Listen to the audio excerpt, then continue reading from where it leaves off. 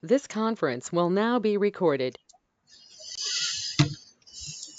You might have one, but I got cool water in the fridge. You want? Thank you. Enough here. Just think back and see here.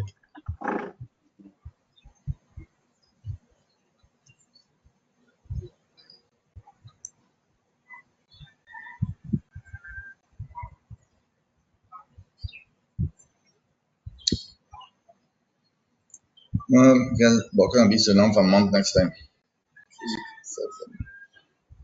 One of the things that they want to discuss with us. 60 or 70 pound lobster and a black and half fish. And the bottom get off back. Yeah.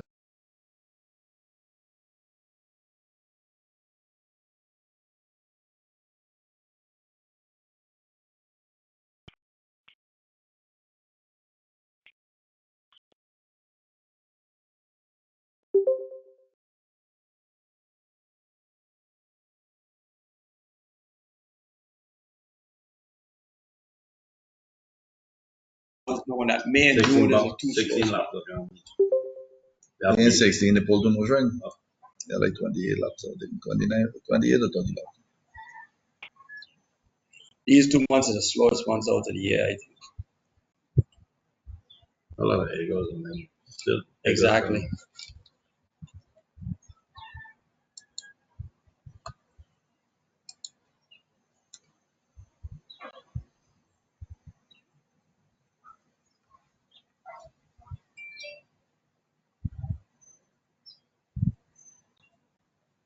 I think we all fuck.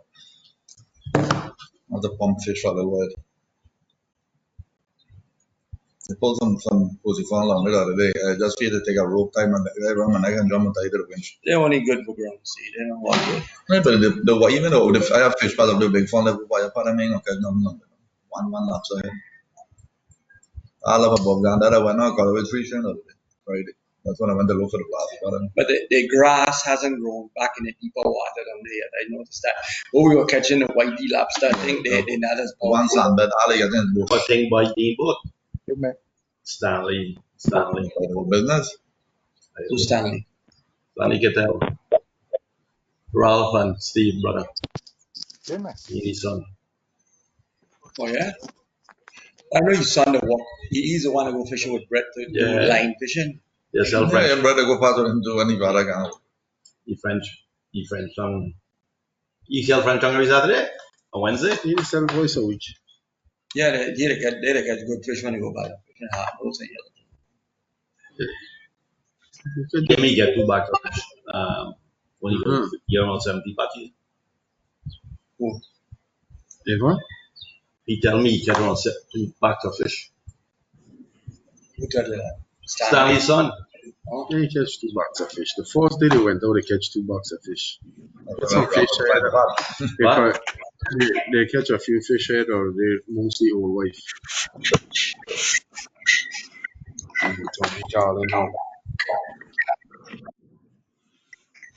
Yeah, you got a good deal. Yeah, hello.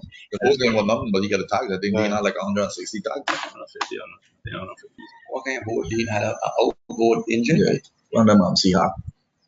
I don't know how much you Why you don't but have that? $25,000 for the boat with 17. But yeah. the tag them is the most important thing. If I know you said that, I'll try to get 50 from them. I could be when you do the roll call, you'll be one of the callers. I have about the Friday. Julian? Yes, Miguel. Okay, we are ready to start. We are recording. So go ahead and call to order the agenda, and the agenda is on the screen.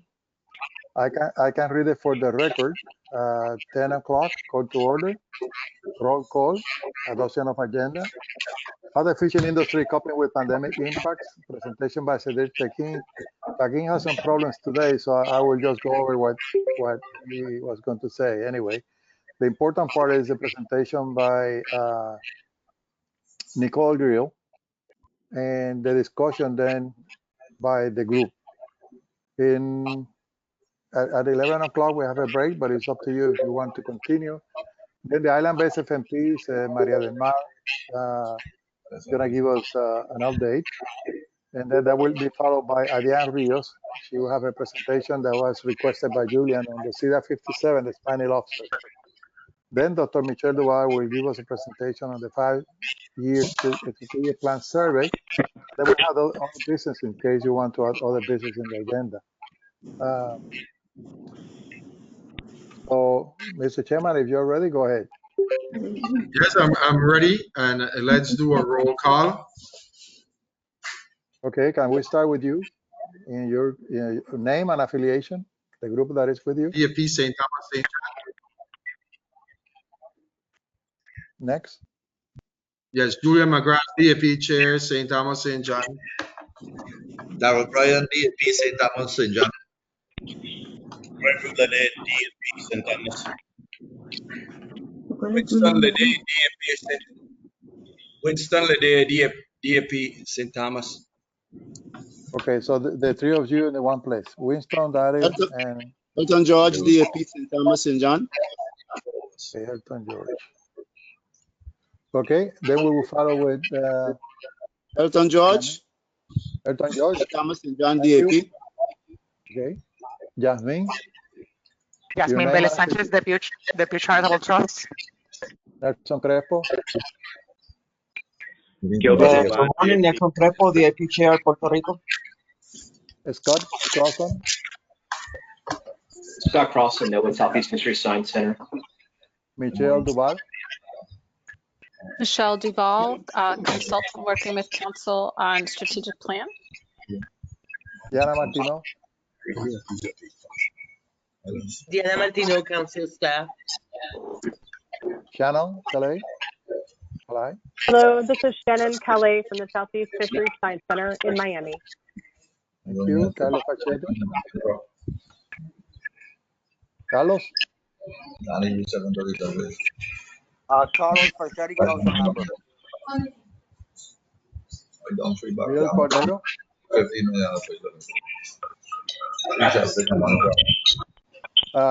Please mute yourself if you are not talking, so we eliminate the white noise. Wilson Santiago. Wilson Santiago, Puerto Rico, DNR. Cristina Olan.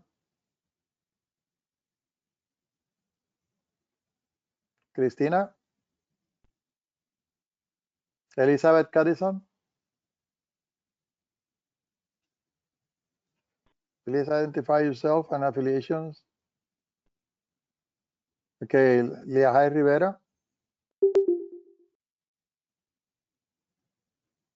Leahai.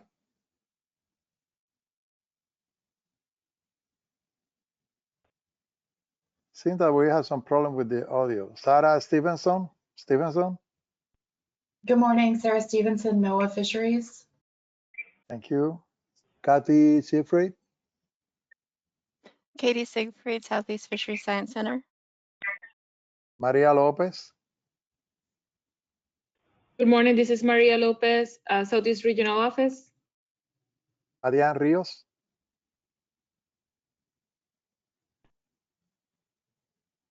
Adrián.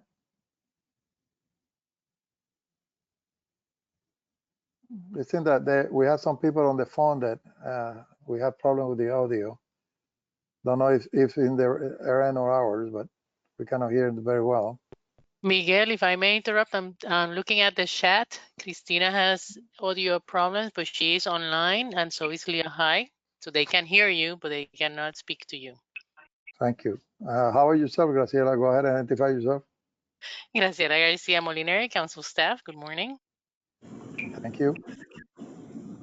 Okay, Mr. Chairman, you can proceed.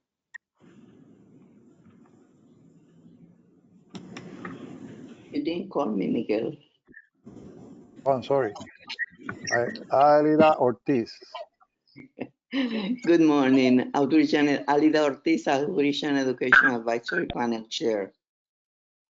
Okay, Miguel, please, anybody else that I did not mention, can you identify yourself? David Ortiz. Hola, Miguel. Tony Blanchard,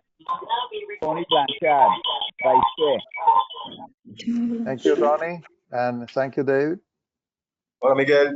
Hello, everyone. David Ortiz, the Pew Charitable Trust. Thank you. And Adrián Rios is also online. She's on the phone. Iris Oliveras is online.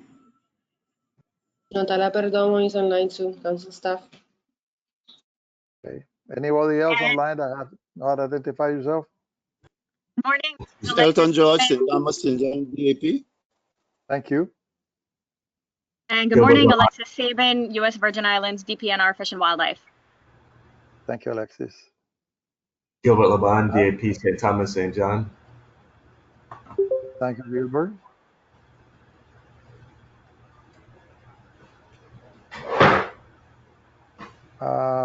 We are missing Nicole Grill.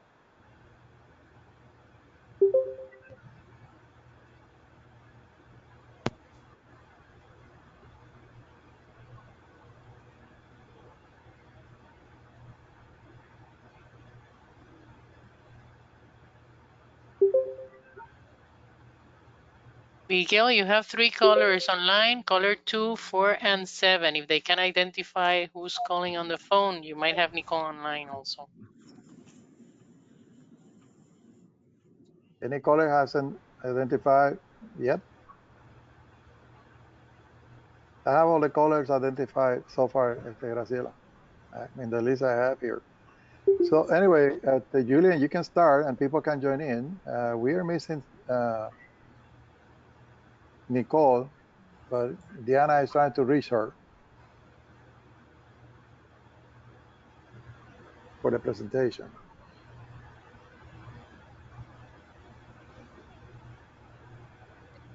I'm seeing Elizabeth Catterson is online also. Yes, she is. All right. Is Ruth Gomez online? I don't see her. Okay, she should be joining shortly. We're also missing Nicole Griot. the issues. No, both the 2 Nicoles are missing because they are part of the DAP.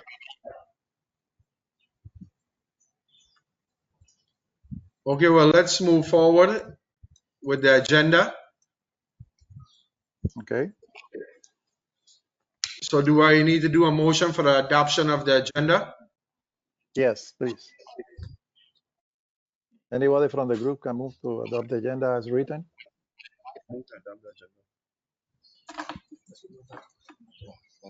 This one? I moved to adopt the agenda. That's Winston Lede move. 2 seconds. I second it. Greg Wheeler. Gregory Lede seconds the motion to move forward. Okay. All in favor? Yes. In this case, it's easy, Julian. In the case Yes. of women, it's easier to say, to ask, is any opposition? And then if you don't hear anything, the motion carries. All right, is there any opposition to move the agenda forward? With nothing said, let's Okay. move the agenda forward.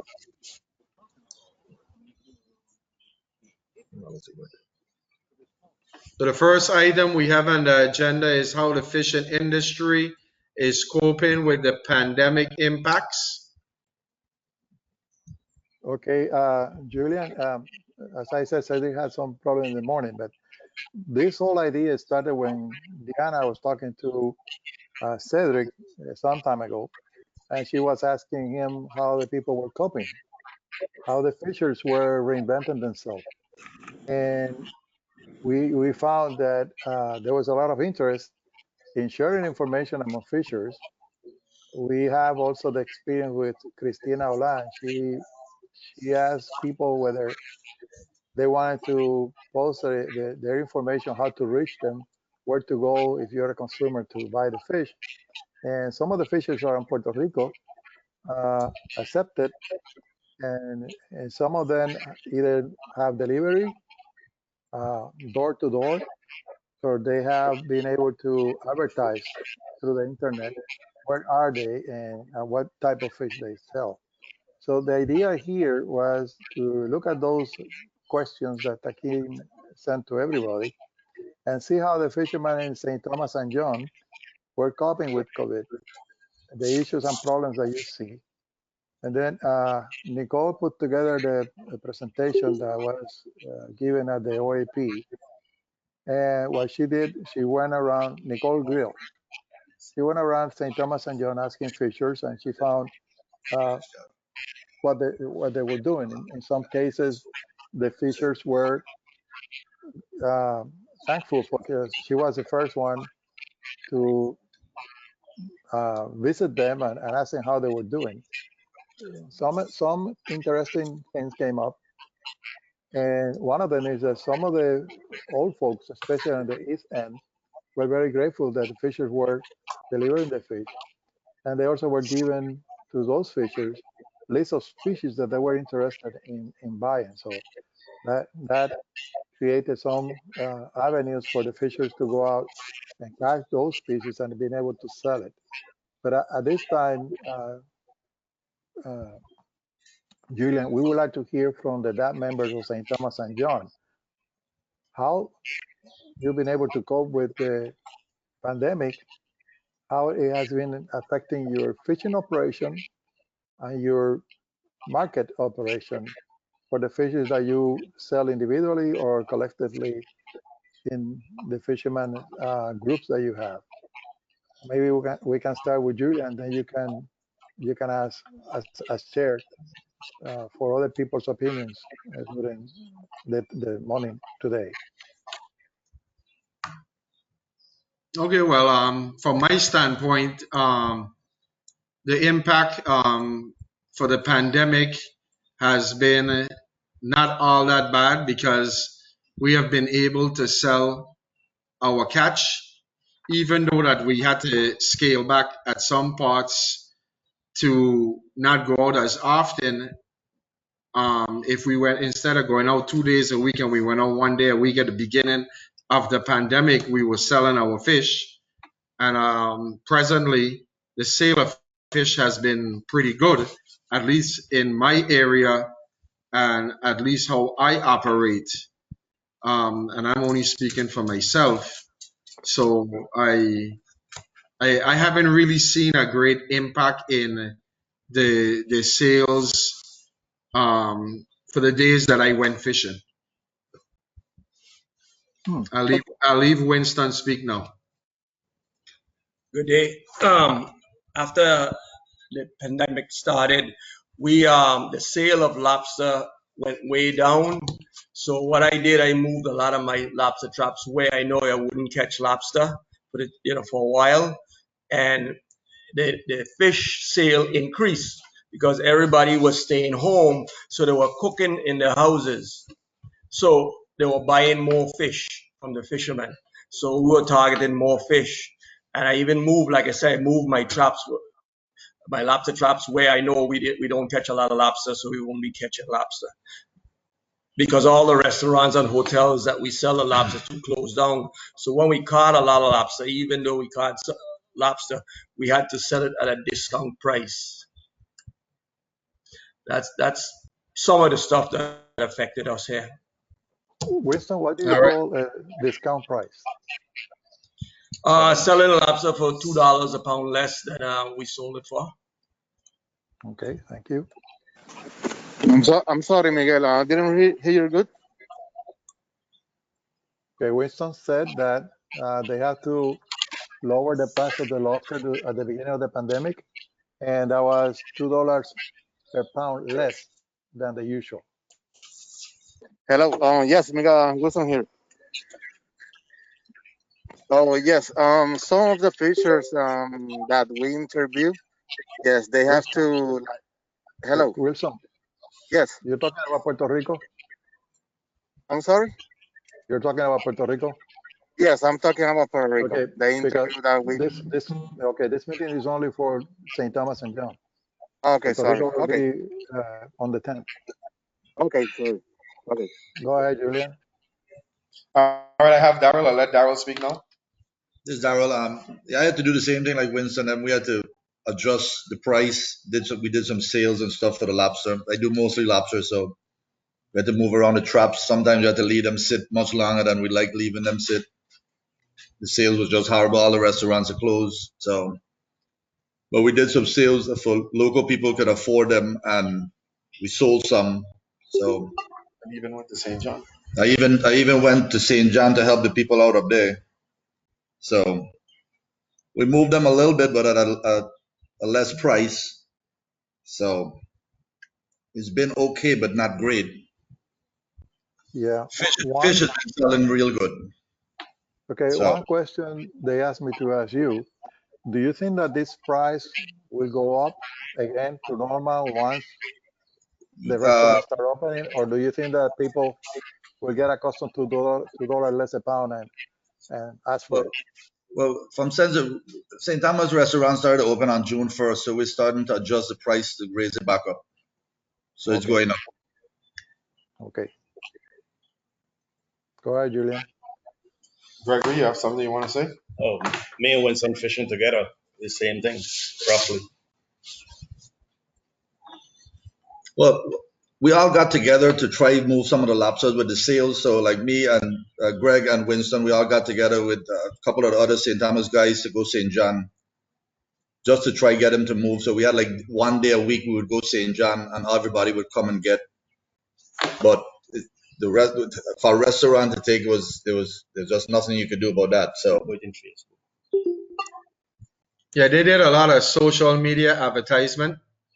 So, you know, they had certain days that they would sell in certain areas. And pretty much one of the other guys that's supposed to be on today, Colin Butler, who's a sports fisherman, he set up a web page also where he was selling his pelagic fish at 3 different locations and where you could have placed orders and he have them prepackaged and ready to go. So a lot of what helped us was doing a lot of advertisement and taking a lot of pre-orders in order to, you know, we had to practice the social distancing and at the same time try to reach out to a lot of people who now was working and working from different areas. So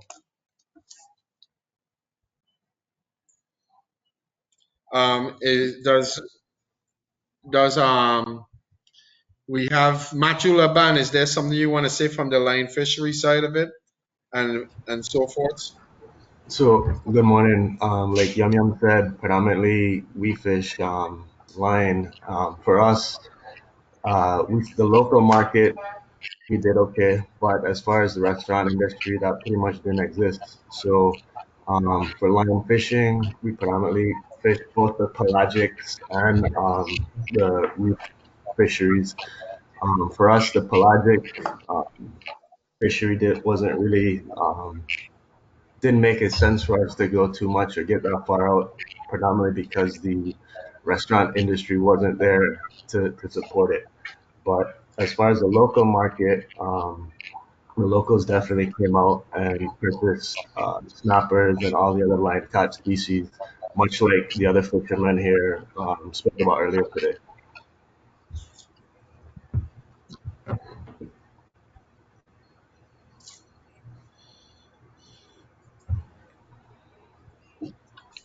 Well, anybody else identify yourself and tell us what your experience has been?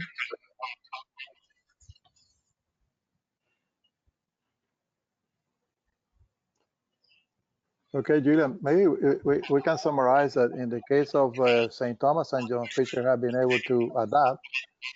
It's not the ideal situation because all the closure of the restaurants. You also have used social networks to advertise and provide delivery for the goods. Lobster price has to be adjusted $2 less on average.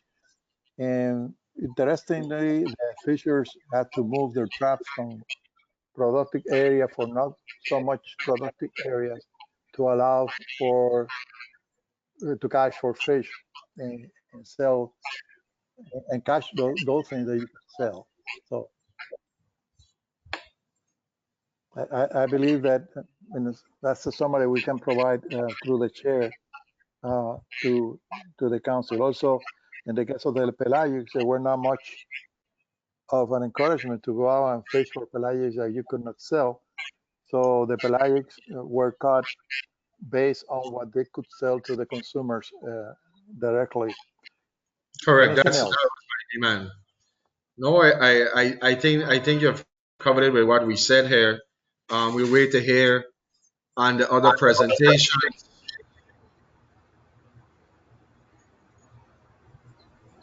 Okay. So now we move to Cedric presentation. Cedric? We still have some problems with it, but anyway, he's present. Hello. Can you hear us, Cedric? Yes, I can hear. Can you hear me? Yes. Okay. Thank you for being back. We did it in reverse. We already heard from the Fishers of St. Thomas, St. John, but we want to hear from you how you came up with this idea with Diana, and what are you after? What have been your experience? So please go ahead. Good morning. Okay. Good morning to everybody, and pardon my tardiness. I've been pretty much living without even knowing what day or year we are in. I'm sure a lot of you guys are the same. I hope everybody's fine, and it's good to be here. Yeah, I had these concerns because I was pretty fascinated by the fact that all of a sudden recreational fishing had been prohibited, and only strictly regulated commercial fishing was allowed. And these different factors that affected the market, whereas a lot of stores were closed, a lot of restaurants were closed. It was very hard to actually go to a supermarket and stand in line for hours just to buy certain products. So it was a very interesting moment that I thought was pretty fascinating, where fishermen, many of them had been only selling to restaurants for many years, had pretty much forgotten about the local clientele, because obviously it's easier to sell 100 or 200, 300 pounds all of a sudden than having to wait for these little customers to come in, and do smaller portions, or having to actually butcher fish in more comfortable shapes or sizes. So yeah, during these weeks that we were here home, sitting basically looking at the ceiling and thinking about life, I figured it was a pretty interesting moment to gather data and talk to fishermen and see how they managed to, if they had to, reinvent themselves, find different methods of marketing, changing their offer. Have they been fishing less? Have they been only catching what they think they might be able to sell versus catching the whole school, for example, and knowing that you're going to sell it? But I had many fishermen that actually would call me the day before and be like, Cedric, I'm going fishing tomorrow. Would you like anything? Do you need anything? Because they're basically, seeing, hey, maybe, if I get, several customers that say, yes, they want a few pounds, then we'll go fishing and try to catch what we already have ordered versus just going fishing and then having to market it and sell it. So that's pretty much where all this came from. The fact that we also have, for many years, we've had fishers complaining, and we obviously know that this is an issue with the data. And we also know that the issue of recreational fishermen selling their catches, and a lot of this recreational fish being on the market, the fact that only commercial fishermen could fish. I wanted to know how did it go? How did fishermen, did this work out for you guys? Did you get new customers? Obviously, we had a lot of customers that weren't buying fish. Me, myself, I have a restaurant that I barely opened. I did open. I had a limited menu. The last thing I caught was that I heard that in the islands here, you guys were catching less pelagic fish, and they were actually trying to catch a smaller fish, easier fish to handle at the house versus bigger, larger fish that restaurants would buy.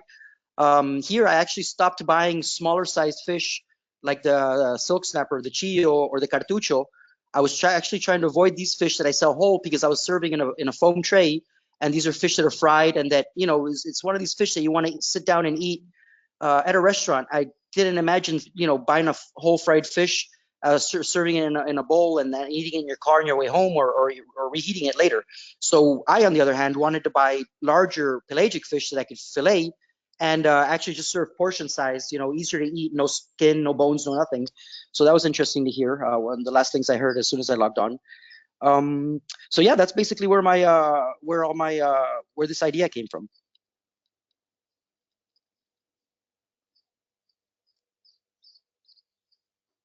Hello?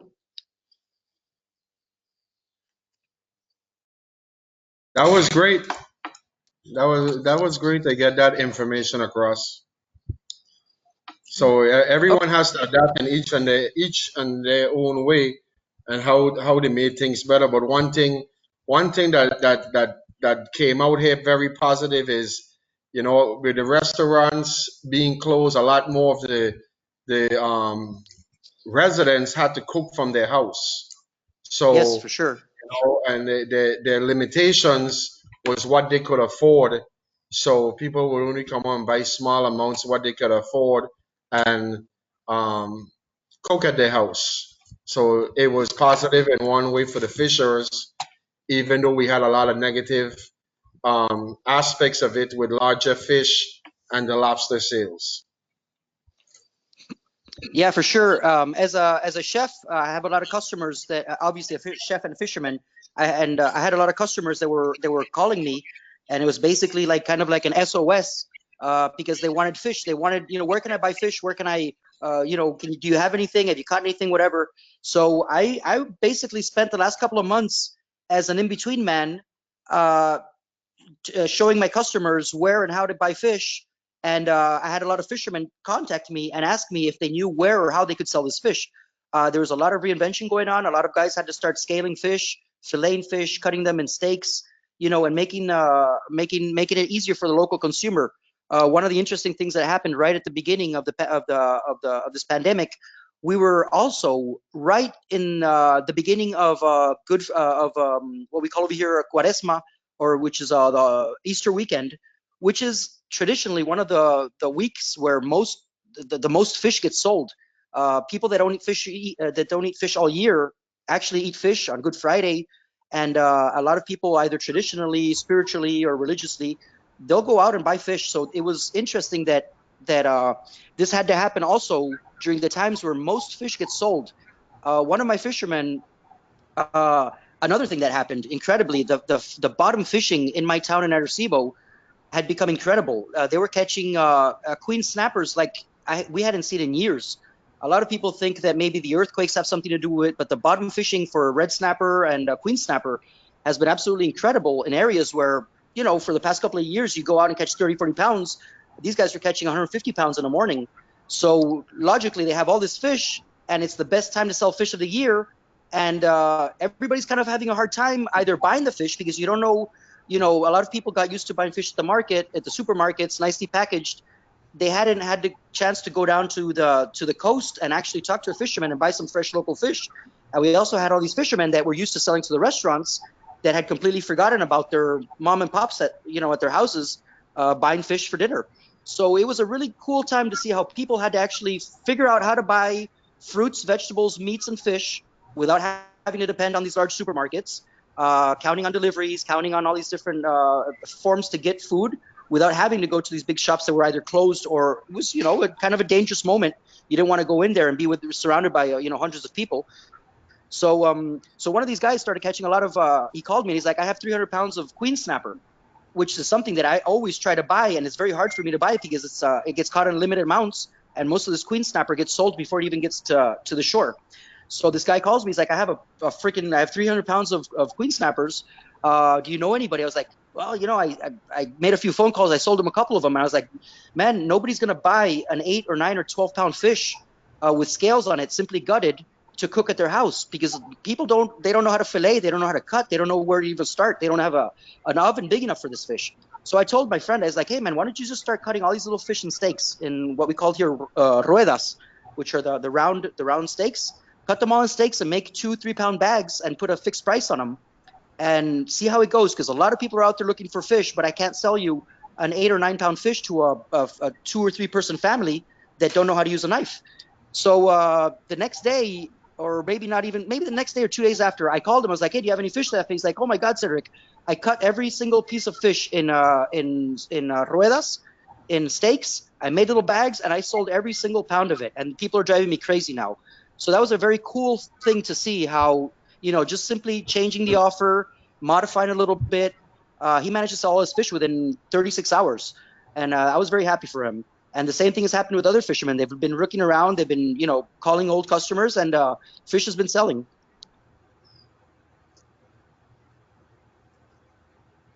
Great. Thank you very much for your presentation.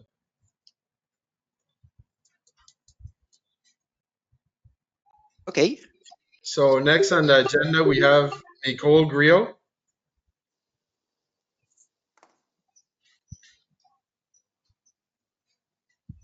Is Nicole Griot with us?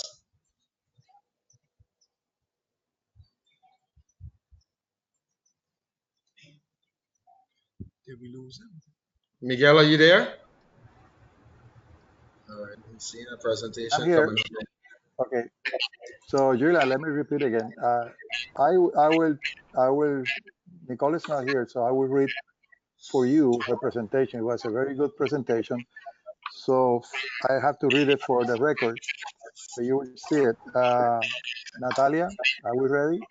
Well, Miguel, before we start, I have a couple of questions. Can we answer a couple of these questions before we get started? Yes, go ahead. Okay, since she's not here and I was expecting her to answer these questions, who did Nicole Griot do this study for? The council. She did this for the council. Yes. She is a member of the advisory panel for outreach and education. And Dr. Alida Ortiz is the chair, but she's with us here.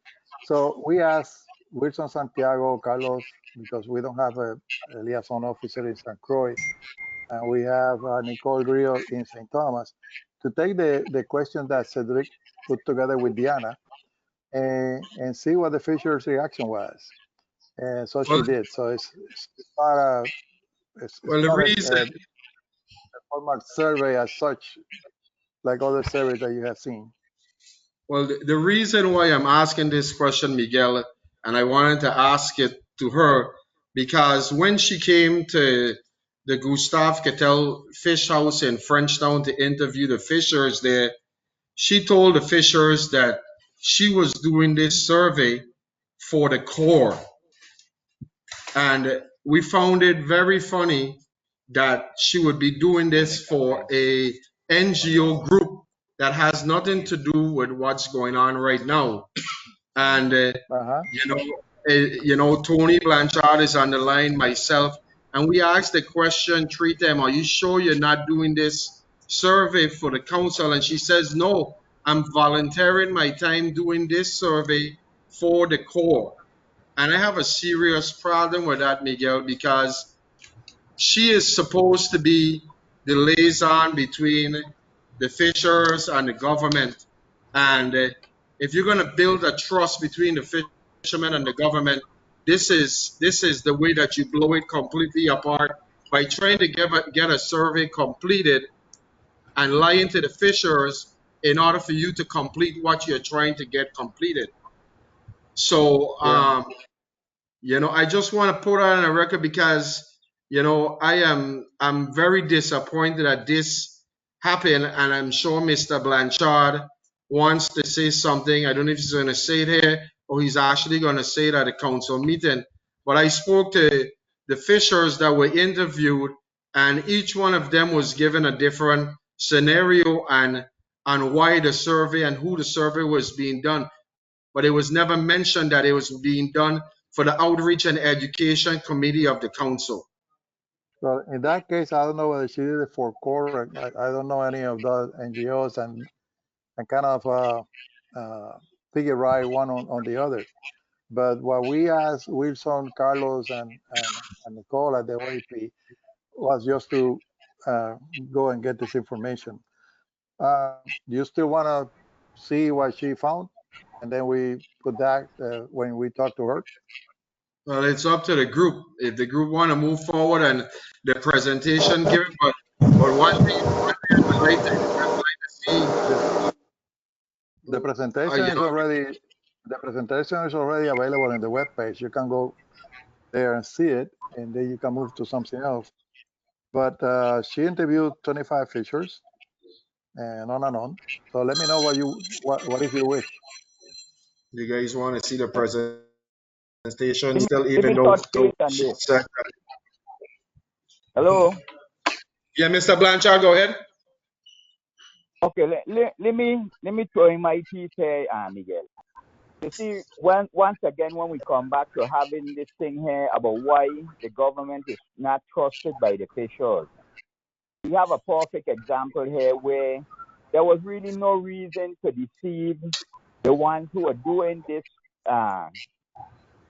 survey by just telling them who you was actually doing it for. Now, she told me and Mr. McGrath, and the last time I checked, the memory is not that good, but it ain't that bad either. She made it very clear that this was done for the Corps because she was asked 2 or 3 times, and she mentioned the same thing. And I told her that I had a conversation with Marcos a while back when he mentioned that a survey was being done in Puerto Rico, and maybe I could take that same survey and adapt it or use the same survey over here if we had choose to do so, dealing with the COVID-19. And I told Marcos, I still listen, Marcos, I am fed up with surveys, and I am fed up with bringing money here to the Virgin Islands, and it has to go through the local government hand, and we still waiting now for our disaster money after going on 3 years. So I made it very clear to Marcos, and Marcos could verify this, that I was not interested in doing any surveys to bring money to the Virgin Islands, especially if it has to go through the local government hand when we can't get our money up to now. And this is a sore spot for me with this money, because it seems that the local government have their own agenda for us. But anyway, I ain't going no farther with that. But my thing is, you have a liaison for the people. These are the people that you want to trust you. And before you get in the door, you are lying to them. You are deceiving them by telling them you're doing a survey for one group, and you're actually not. You're doing it for somebody else. If she had just mentioned who she was doing it for, she would have probably still get participants instead of having to lie to the people that she's supposed to be working with. And this is the problem that I have. You want to build trust, but before you get in the door, or as you get in the door, you're deceiving the people that you supposedly supposed to be looking for. And this to me is a big problem. How you want the fishers to trust you if this is what you're doing? Because to be honest with you, Miguel, and I'm talking not as a vice chair, I'm talking as a fisherman. I will not be walking on the wall because it did not start out very well. So if you're willing to lie on a survey that really does not mean anything, what is it that you're not willing to lie about is my question. And I'm not making this a personal thing, because if this was anybody else, this would not have gone good. So the whole thing is here, you can't be a liaison working for the people that you're working for and lying to them. That's the bottom line. That's as clear as I could put it. And I have a feeling that this is not going to work well for you if this is the strategy that you're using already. She even mentioned to me and Mr. McGrath that she was not starting a new position until I believe it was August. And he could verify that because we were all there having the same conversation.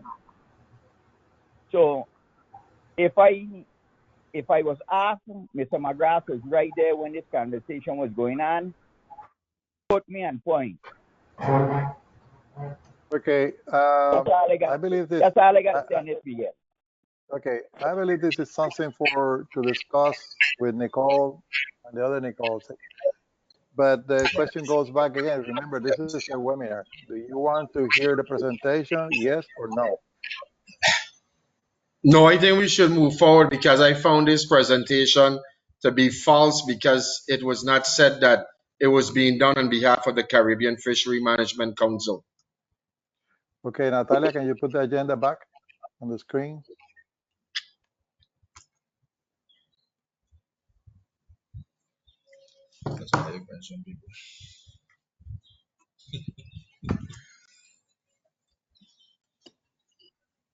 Okay, Julian, this is the agenda. It's 10:40, so we have ample time. The next is island-based FMP's update, and that's by Maria Denmark from Zero. Maria, you're ready? Yes, Miguel, I'm here. Can you hear me okay? Yes. Please go ahead. Okay, and I'm gonna apologize if there's a little bit of noise. We have everybody in the house today. I just want to give you guys a very quick update on where we are with the progress to date with the island-based FMPs. So as you all know, the plans were submitted for secretarial review and approval in December 2019. And since then, NIMS take over the process of the plans because we need to prepare the documents to put them into place. And one of them is the development of the proposed rule, the notice of availability, which is a publication of the FMPs for the stakeholders to comment on. And this is where we are right now. So right now there's 2 opportunities for comment that are coming up. One of them, as I mentioned, is the notice of availability, which will have each one of the FMPs, and that's going to be published soon. We're currently working on getting that out for you. It's going to have a 60-day comment period, and it's going to be announced. We're going to have a fishery bulletin that is going to tell you where you can go to look at the documents and how to comment. And we're also going to have that information available in our website and in the council meeting website. And then we're going to have the proposed rule. It's going to be published as well, and it's going to have a 30-day comment period. The proposed rule is going to be published most likely close to the end of the comment period of the NOA. We're working on that as well. In the meantime, NIMS Southeast Regional Office with our Protected Resources Division, we are drafting a biological opinion that evaluates the effects of each one of the island fisheries on Endangered Species Act listed species, and that's a process that it's ongoing right now. It takes a little bit of time, so please bear with us.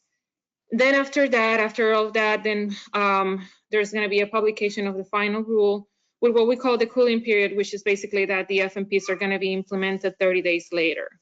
Now, the goal is to have the plans applicable in the 2021 fishing season, and we're doing all we can at this time to try to expedite a little bit the process. And as you all know, there's a lot of paperwork, there's a lot of reviews, etc. So that's the plan right now. In the meantime, the council would continue as they wish, discussing actions for potential amendments to each one of the island-based FMPs as needed, right? As the council decides is merited. So that's my update. If anybody has any questions.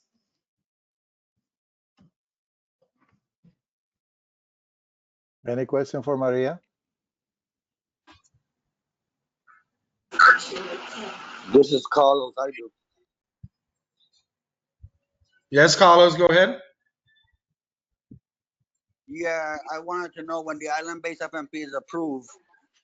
I guess what we're doing is we are adopting for each island the species that we selected for management. And I guess then we need to come up with annual catch limits for each of those species, or are we going based on what we already have? Hi, Carlos. Yeah, so each one of the island-based FMPs already has ACLs that were determined for each one of the species that are going to be selected for management. That was part of the actions, and we went through all of that through the process. There's ACLs and there's accountability measures as well. So if you have an opportunity, once the plans are published for review, for comment, the chapter 5 of each one of the FMPs contains all of the information that is going to be what is going to be the management for each one of the island. That's going to be this is pretty much the plan, like the summary. If you have an opportunity, because I know this is a long document, chapter 5 will tell you exactly how the council decided on the management of all the species.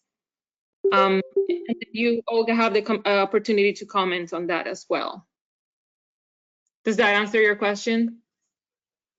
Yes, it does. I know that there are some serious concerns on St. Croix for the recreational take of yellowtail snapper, and I was wondering how can we go about making an amendment to the snapper bag limit, because I think snapper is all generalized under one unit. Yes, Carlos. So that's a good question. So now what you can do, you can bring any potential amendments or ideas of actions to the council's attention to see how they will want to move forward. Once the plan's been implemented, the council is free to make any changes they want to the plan. So a good idea will be to start discussing at this time whatever you would like them to pay attention to. So, because remember, the amendments process usually takes some time. So the sooner that you start discussing a potential action, the sooner that we can all start working on it as the council, tell us to do. Great, that's perfect. Thank you so much. You're welcome.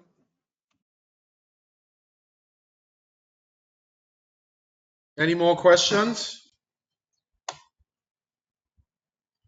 All right, well, let's continue moving right along. The presentation for SEDAR 57 Spiny Lobster by Adriana Rios, if you're ready. Julian, before Diana, I believe that we have Ruth on the phone, and other people can. Ruth, are you here? You can identify yourself for the record. Ruth Gomez. Good morning, everybody. Sorry, I'm not techie savvy, so it took me a minute to get here, but nevertheless, good morning, everyone. Morning, welcome aboard, Ruth. Morning, Ruth. Well done. Good morning. Good morning. Anyone else new that joined the group? That's all we had, Julian. Okay. Yeah, Vanessa Ramirez also logged in. Welcome, Vanessa. Good morning, everyone. Good morning. Morning. Okay, so Ariane, if you're ready, we can spend a little time on SEDAR 57, the spiny lobsters. Sound check real quick. Am I coming in clear? Yes, you're clear. Yes. Awesome. Good morning, everyone. Yes, there I am ready. Is there a way to put the presentation up? Yes, I will share my screen in a quick minute. Thank you. Let me make sure I have it open. I also wanted to take a quick moment to let everyone know about my new supervisor, Katie Siegfried, has been hired to the Gulf and Caribbean branch chief position. And I know she's on the call, and I'll see if she says hello real quick. Yes, thank you, Ariana, and thank you, everybody, for the opportunity to join this meeting. I understand this is a rare occurrence, and we appreciate the ability to participate. Great, thank you very much. Welcome aboard. Thank you.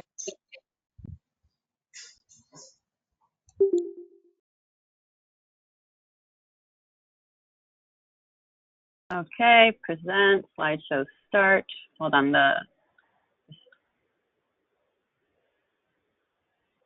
nope. How do I move the go-to meeting thing? That's okay.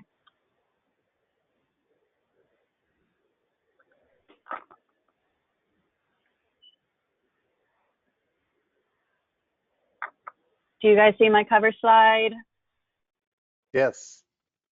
Okay, great. Yes. There we go. Okay, so today we'll be talking review of SEDAR 57. Let's get started. I'm using slides that we previously presented to the council and to the SSE. And so some of you may have seen them before. Let's get started. So a little bit of background real quick about stock assessments is that they're used generally to determine if fishing yield is sustainable, to determine if stock size is above or below the level that can provide maximum sustainable yield, to quantify the uncertainty in the status of the stock, and to provide management advice for optimizing resource utilization. So what do we mean if fishing yield is sustainable? I like to think of the bank account analogy, where if you take out more than what goes into the account, then the balance will decline. But if you take out the same amount by which the account is growing, you can do that sustainably into the future. So that's sustainability. So using the stock assessment, we can ask if the current rate of harvest extraction, we can ask if that will cause the stock to decline, for it to stay the same, or even for the stock to increase. Now, not only do we want to use the model to know if the amount being taken out is sustainable, but we want to also find the stock size associated with the maximum amount that can be taken out sustainably. And pretty much at any account size, there's a level that is sustainable, but there is a specific account size where the returns are highest. And that's the population size associated with MSY. Recall that one of the goals of MSY is not to have the maximum sustainable amount of fish in the water, but to have the highest amount of sustainable yield. Once we have all the data in a stock assessment, we can explore uncertainty. We can run the model under different conditions to understand if the results are sensitive to the data. And all of those three steps get us to where we want to be, which is providing management advice using the data. And so all of these three steps get documented and reviewed by my peers at the Southeast Fisheries Science Center, by independent experts, as well as the SSC, before becoming management advice for the council. The assessment we're reviewing today was developed through the SEDAR process, and it has been peer reviewed. The reports and documentation are available on the SEDAR website. And the information was presented to the Caribbean Fisheries Management Council in May and will come up again. It was presented to the SSC in May, and it'll come up again to the council in June. So, and on our map of going through the SEDAR process and review, the assessment is up on the SEDAR website, and we are here, hopefully headed towards that management advice. So here is a summary of management advice of management measures that currently exist.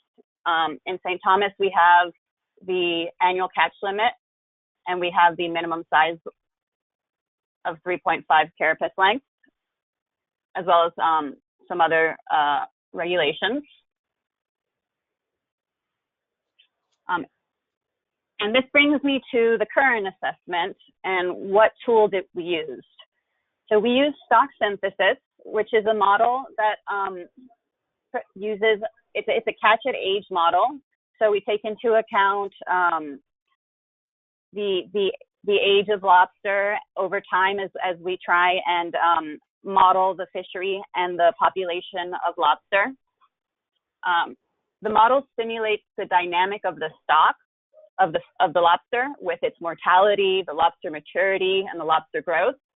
And it also simulates the dynamics of the fishery, such as, what sizes is the fishery selecting for, how much effort is there. This model is flexible because it allows us to use a lot of different types of data.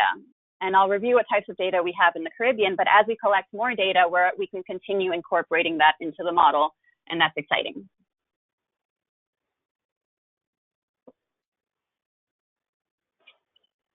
Just to give a quick kind of forest story of how the modeling process went on.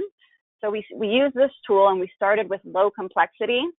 And by low complexity, I mean a simpler setup with fewer parameters estimated. And then as we explored those models, we explored adding complexity. And this process provided a plan for, increase in complexity or not, depending on whether the model was estimating parameters poorly or not. And so a summary of those steps is also provided in the assessment report. So here are the inputs to the model. For data, we had the removals by gear and the length composition by gear. So the removals come from the logbooks and the length composition comes from the trip interview survey, the trip interview program. And then we also estimated parameters in the model. related to the unfished recruitment of the stock, as well as some of the fishery parameters, selectivity and retention. So retention relates to the size limit of, of the individuals that you have to throw back. Even though you were able to catch them, you would have to throw them back because of the regulations. And there were also fixed parameters in the model. So the growth, natural mortality, maturity, steepness, which relates to the relationship of the recruitment of the individuals to the total stock size, the sex ratio, and the time block to represent when the regulations went into place. So just one more slide talking a little bit about the model before we look at data. This slide goes over how does the model actually work. So we have data, which gives us pieces of information about reality. And then the model uses equations for various populations and fishery dynamics. So individual equations for things like the growth of the population, and it uses those equations to create a simulated reality. And then it searches over different parameters, so different variable values to use in those equations to try and match the simulated data with the real life data. The goal is to have a good match between the simulated data and the real data. So the data that we're able to create in the model using those equations and the data that we see in real life. We also can look at those equations and see if they have believable relations, believable relationships. So we're not just letting the model fit to the data, but we're using those individual relationships that build up to a full simulated model that matches what we know about the population. At this point, if we have a good match, that means we have a model that functions as the best available information right now for understanding the stock and the fishery. And that's the goal, so that we can use that model to understand stock status, as well as take those relationships that are best characterizing what we know right now and project those into the future. So as we develop these models, we get to choose which values we want the model to solve for, to try and when it's matching the information. We also get to choose which values we want the model to, we force the model to use. Ideally, we can estimate a lot of parameters, but that also depends on how much data you have. And generally, as you gain more data and different types of data, you're able to estimate more parameters. In this case, as we saw on the previous slide, there were a number of fixed parameters that all used in information about the species that we know.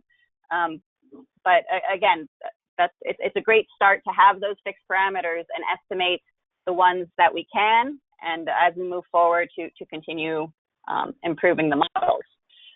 So let's review the data. On the left, these are the two types of data that went into the model. So we have the annual removals, the total catch, here it's in metric tons, and we have it by gear. So we have pots and traps in blue and diving in red. And then at the bottom here, we have the number of length samples. So the number of length samples each year from each gear. You can see that as expected, the stock is driven, the fishery is mostly from pots and traps, and as are the length samples that have been collected. There's some years without length samples, but that's okay. The model is overall is flexible and able to incorporate the information that we do have, and try and match those data as it's being fit. So all of the other estimated parameters were from the fixed parameters we'll review now. One of them was growth, and it's interesting that males grow larger than females, and we see that in the data from from the Caribbean, from the US Caribbean, from the trip interview survey. And we also had a lot of corroboration of this at the data workshop. So thanks to all of you who participated in the data workshop. Here's a different way of looking at that relationship and that difference as lobster grow. So that's one of the parameters that get fixed in the, excuse me, my neighbors are doing a remodeling and they're taking out everything right now from their apartment. Hopefully the sound isn't too interruptive for everyone else. All right, moving on. Natural mortality. Release mortality. So natural mortality is the rate at which the lobsters naturally die. Release mortality was something that was discussed at the data workshop where it was deemed negligible, especially since they're being caught in the traps and they're relatively okay when they come up in the trap. Post-release predation was noted that is unknown. So that's something that we may want to consider in future models. Fecundity and maturity at length are other aspects of the population that are getting incorporated into the model. Moving on to the fishery parameters, a very important fishery parameter is whether the fishery catches all of the fish above a certain size or whether they catch fish within a certain window. And so that's the terminology here, the difference between asymptotic or logistic. Both those words means that once you're above a certain size, you keep everything. Once you're bigger than the width of this net, you're kept. And so dome shape selectivity is something that can be thought like plate size selectivity, where you capture individuals only above and below, so in a specific window. In St. Thomas, the model was able to estimate whether which one of those relationships seems more likely given the information that we know, and it was estimated as domed, which also corroborates information that was provided at the data workshop as well. And the way we're able to tell what a better model fit is it's with the values that we get, the summary values that we get out of the model. So whether it's a better match with the data or not. And so that was the case that we do see dome shape selectivity. So a little bit, this is the last slide of the details about the models before we look at the output. So again, there were 2 fisheries, and we were able to use the selectivity function, which was estimated for pots and traps. And the model, since the data showed that the landings were so low in the early years, we assumed that landing was 0 earlier in that time. And we were able to have the retention block of the size limit, which was introduced in 1985. There were some years where the retention was not, the size limit seemed to not be strictly followed. So it was blocked in the fashion shown there. And then there were 4 estimated quantities. So those estimated quantities are the flexibility we give the model to fit those relationships and find that the match. We won't review St. Croix or Puerto Rico today, but we will go to the results, which at the top here, we have the proportion of the stock killed by fishing and the confidence intervals. So the information for St. Thomas shows that the proportion of the stock, which the model says started at 0, has gone up to about in the 15 in recent years, 15 or 10 to 15, with higher uncertainty in some of these more recent years for that value. And here we see what the spawning stock, so the size, the spawning depletion. So this would be like 100% of the spawning stock, and how that's declined. And it's just the inverse of what we see at the top, the story of, you know, how fishing increased a slight bump and then further. So we see that.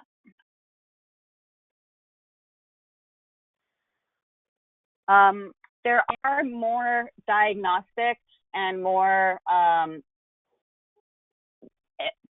instances where we show the fit of the individual data, and we review the data in more detail in other presentations and in the report. But today I'm going to try and, I know I tend to talk a lot, so I'll try and move faster and keep it short. So in the peer review and through the SEDAR process, we looked at sensitivities to some of the assumptions, and we were able to understand the sensitivity of the model to those assumptions, and also make recommendations about what specific data would improve the model. We also did other types of diagnostics that are good that are important to show when reviewers are reviewing the model. And the conclusion was that the stock was not overfished and not experiencing overfishing.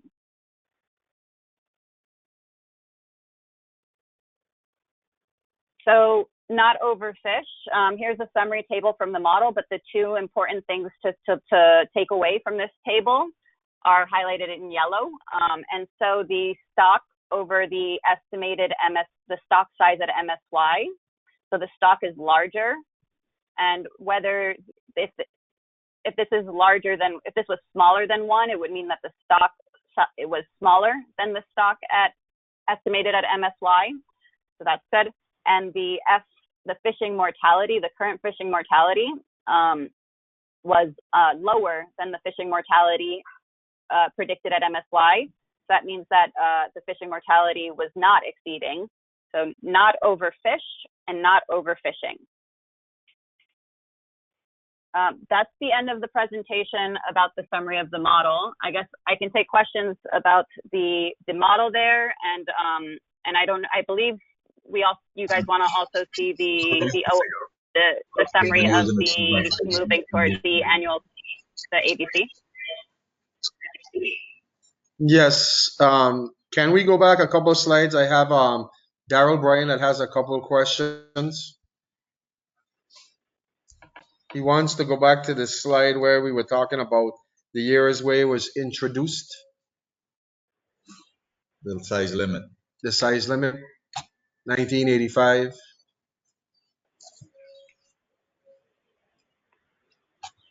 Are you hearing me? Yeah, okay. No. Go back. The size limit. Yes, right here. Oh, I'll let him speak. He had questions about the time block for retention over the years, and what you were saying that it wasn't enforced, or they were still harvesting under the size limit. Yeah. Well, how did you figure that out? Because I've fishing for 25 years and we've always done 3.5. So are you seeing in a port sample that one lobster was, and that's what you're using as your information? Are you seeing 500 pounds of lobsters were undersized? Because you're saying that we have a law that is not being enforced, and you're taking our information out and putting that doesn't count anymore. That's a law that was put in place to protect the lobsters. Well, let's take them for the record. Can you identify yourself so we can do the minutes? State your name. Daryl Bryan, St. Thomas. Thank you, Daryl. I know it was you. It's just for the record. Yeah, I know. Sorry. Thanks for the question, Daryl and Julian. Yes, and what you were saying about whether we were seeing that in the tip observations is true, and we had people look into that at the data workshop because it was very unusual.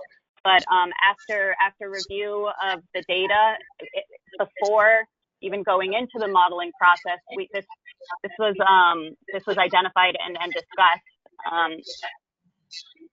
So what I'm showing here is the individual years, and this has the females at the top and the males at the bottom. These are really interesting. I like to call them stingray plots because sometimes they look like stingrays with their tails. So you can see in the early years, there's more of like a wide distribution. And then as soon as that size limit, there's a wider distribution. Let me see if I can draw.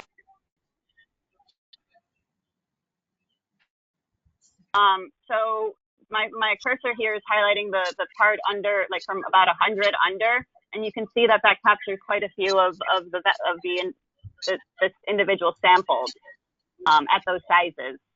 And then once we come into later years, the size limit is implemented. Let me grab it a bit more. Oops. So the size limit does show a bit more of a push and a shift towards larger individuals. But as we get to, this red line here is drawn at the size limit. As we get to some years, there was a large abundance of undersized individuals in the tip data. And so let me put this to the side here. It was, so 2004, 5, and 6, 4, 5, and 6, where that was unusual. Okay. Yeah. Okay, so I guess my other question would be were the people who doing the port sample, were they qualified to do the port sample? Because I'm sure that no fisherman is going to call you to do a port sample and you have undersized lobsters on your sample. So how, I'm trying to figure out how qualified the fish samplers were. Because and why when you see this in the catch report, I'm sure NOAA sees this, why wasn't enforcement notified to check out what's going on with that? Because to that, no 10 problem. years Yeah. of bringing in undersized lobsters. 4, 5, and 6 were the big years. So, yeah, so we talk about all of those topics at the data workshop in SEDAR, and it's always great to have fishermen input to bring up anything we need to delve into further, for sure. The tip port samplers don't do that kind, to my knowledge, they don't do that kind of enforcement or reporting.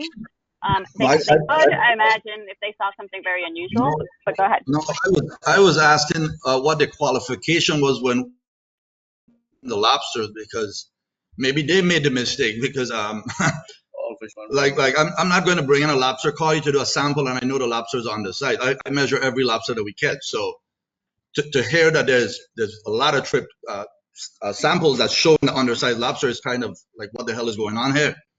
So it could be one or two things. I mean, you're leaning that the fisherman was bringing in undersized lobster, and I'm leaning toward the qualification of the sampler. Definitely something to be noted and investigated further.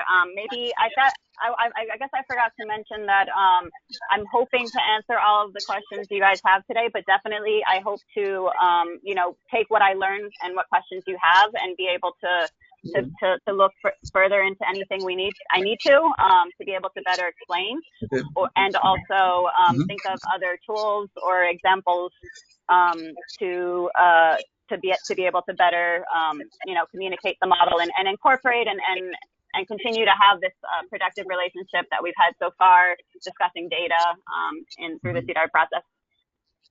And just for finish up, like a rough idea of the percentage of the total catch that was undersized in the catch report? I'll have to get back to you on that. I have that information, so I can tell you. But yeah, I can. Okay, I have another question about, like, you said the size of the lobster decreased in the last couple years. But what happens is people do like the trip samples, but they're not realize that fishermen are not targeting bigger lobsters because they're hard to sell. I'm going to target where there's places where you just catch big lobsters. We move our traps on there because we can't get them sold. So we target places where the stock is smaller. And that needs to be put in consideration when you're doing a size decrease on lobsters. I can go places right now and do a port sample with lobsters that's 11 and 12 and 13 pounds, but what am I going to do with the lobsters? We stick to a lobster that we sell. Okay, thank you. Yeah, no problem. So that's reflected in the selectivity that we are able to incorporate in the model, that there's a specific window of lobster that are highly desirable. And that's incorporated in the model, but of course that's a really important component. So while the model is capturing that, it's also been something that was brought up for more research to definitely understand more specifically what those sizes are. And so that's definitely a good point to continue to highlight, that we need that we need to incorporate that as we're doing, and we also need to continue understanding it into the future. Thank you. All right, then we have Carlos Fischetti that wanted to ask a question. Yeah, actually, it's a comment on that introduction of size limit of 1985. I know that we're talking about federal waters, so I don't know if that has anything to do with it. But the Virgin Islands Code has a 3.5-inch carapace length from since 1974, and it's in the VI Code from 1974. So I don't know what happened in '85 that it just popped up. Yeah, I have a what's a comment on that one too. The law was approved in 1981, and it was the only law that covers local waters and federal waters. But I don't know whether that 1985 was because of the statistics, but we can check that too. But the law was implemented in 1981 and have the 3.5 carapace length size limit since the get-go. But we can check that. I believe that Adian have done an excellent job putting all this together and working on the model. And now she have a couple of questions that perhaps in the future Adian can bring to the council. We can share it with everybody. Great. Thank you, Miguel. I have one more question, if possible. All right, go ahead. Yes, go ahead. Yeah, I noticed in one of your slides when you talked about recreational and IUU, I guess IUU would be referring only to federal waters for the recreational take of 3 per person, because we don't have a recreational bag limit in territorial waters. So I don't know where the IUU would be in play. Yeah, so you notice that on the slide here, which summarizes some of the main research recommendations, and one of them is to understand the magnitude of recreational fishing. And so that's, I know that, after the hurricanes in Puerto Rico, they stopped collecting recreational fishing data, and in the Virgin Islands, the full survey hasn't been implemented yet, but that's something I look forward to if those surveys get reinstated. Be great to have that information added into these models. And so the sensitivity and the lack of this information was discussed. And the good news is that, what we're aiming for is getting management advice on the commercial fishery, and we're using the commercial data. If we had the full data, we would be able to have better information.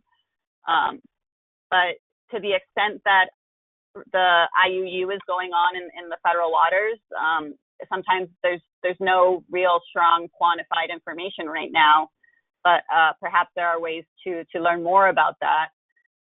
And it's really neat to see the different strong recommendations from the reviewers, because they approve the model, understanding some of the limitations, but still saying how there is enough data, enough length samples have been collected from the fishermen, and enough logbook data are available to help inform advice as to what the overfishing limit and allowable biological catch can be.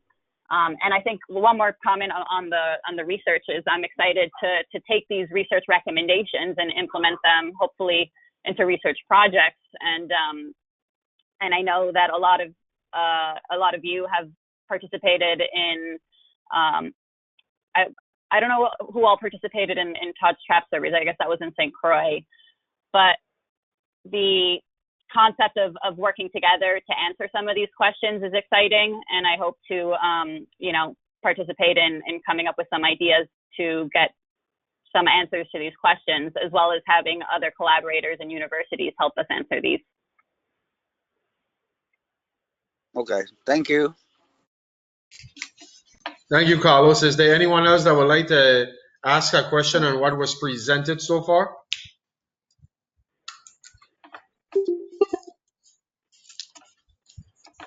Okay, so can we move on to the next phase of the presentation, Adiana, please?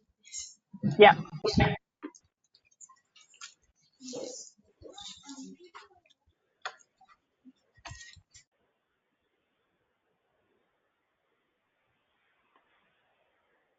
Okay, so we talked about the model and the first step of getting, getting the model fit and the exciting information we can get out of it regarding stock status. And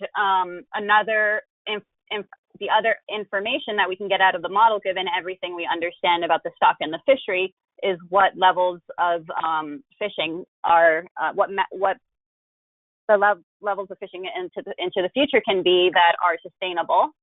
And so the model provides us with annual overfishing limits.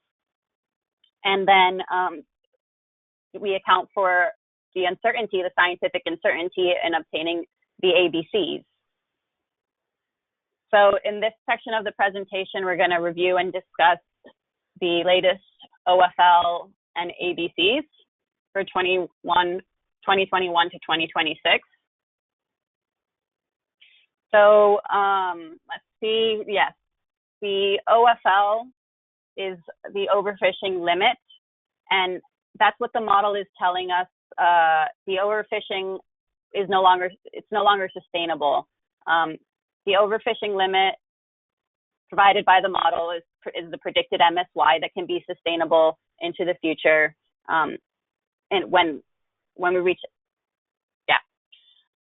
the acceptable biological catch is reduced below that level to account for scientific uncertainty.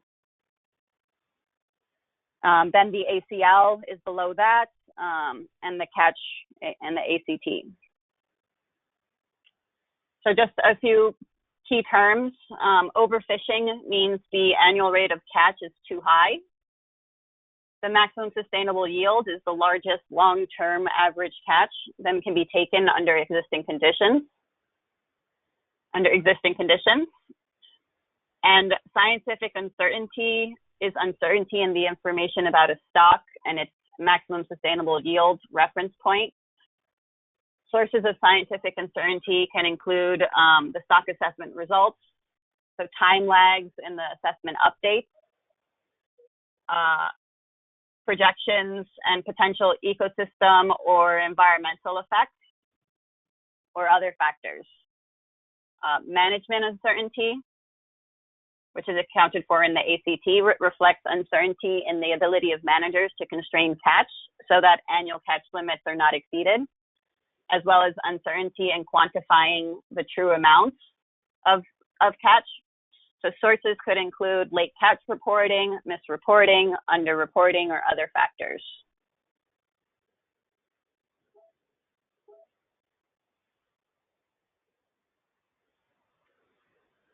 So the SSC recently reviewed this information of the stock assessment and the control rule that they have that allows them to set the ABC. And again, that's accounting for the scientific uncertainty, and those are the same numbers that I have that we showed recently in May that will be shown again to the council later in June.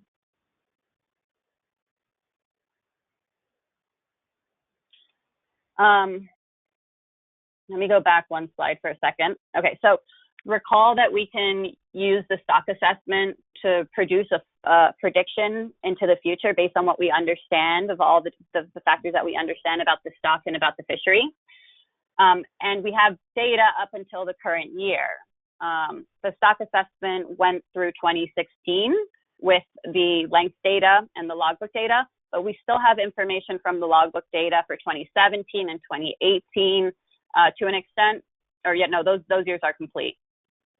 But in order to get the OFLs going forward from 2021 into the future, there are a few years which the landings are still not complete, the reports aren't completely in for 2019, and for 2020, we're still in 2020.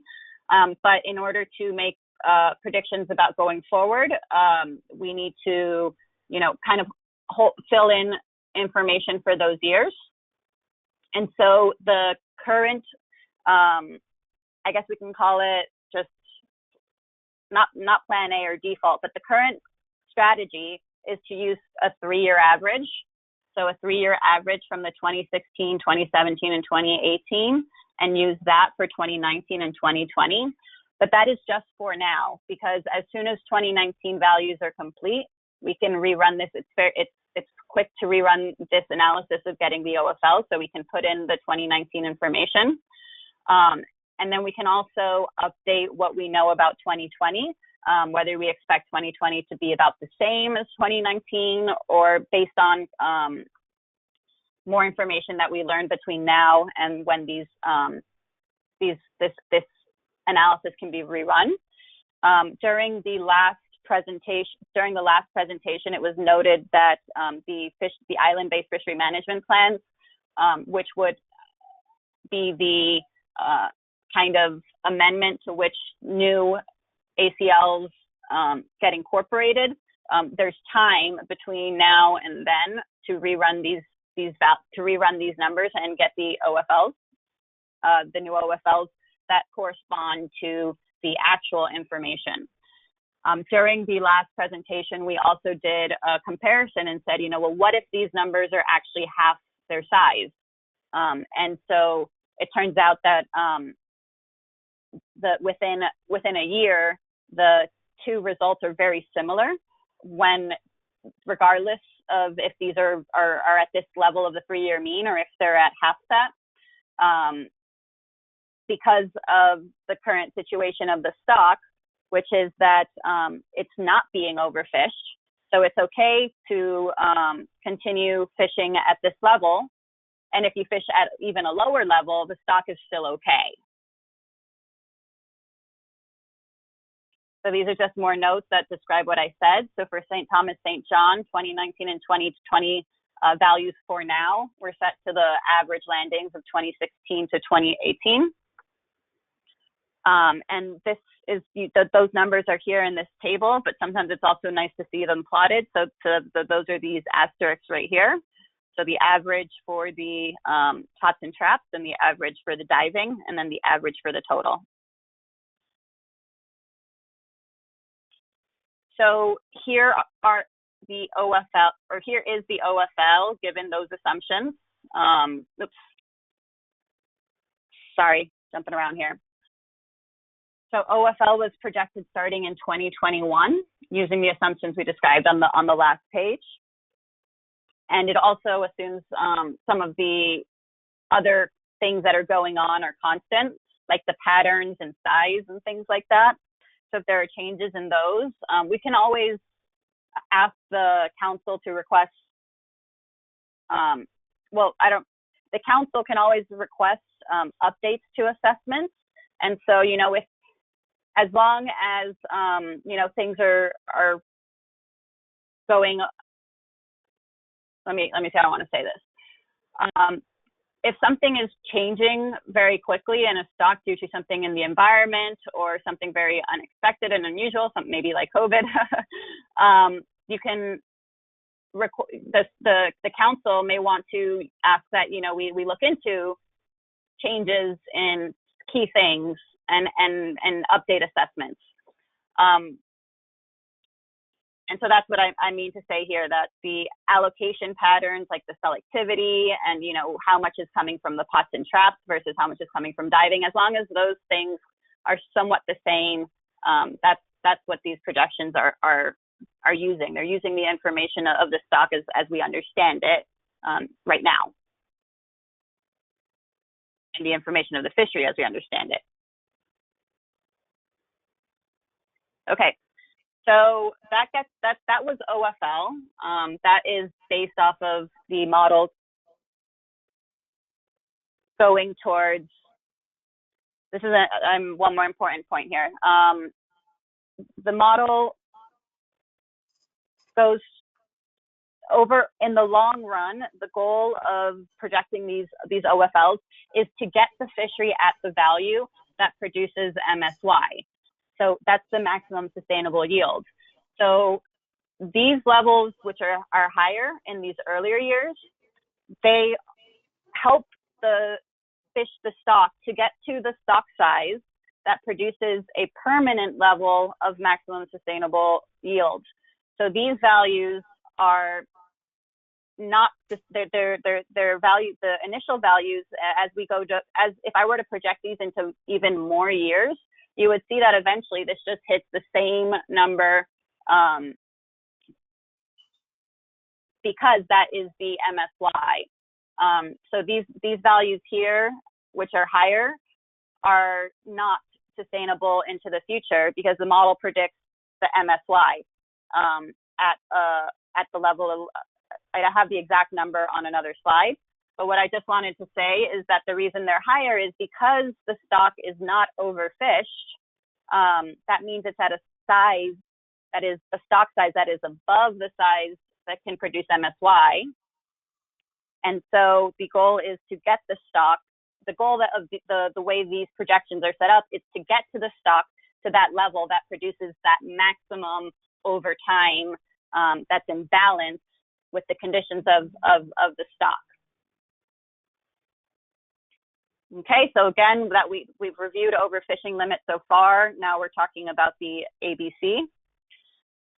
And so this plot here on the lower right kind of shows how the ABC is estimated, and there's two components. There's P star and sigma.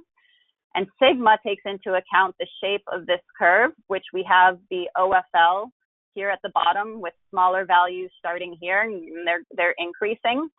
And the model gives us an estimate of OFL, and that's this one in the middle. And then there is uncertainty around that OFL, like a dartboard.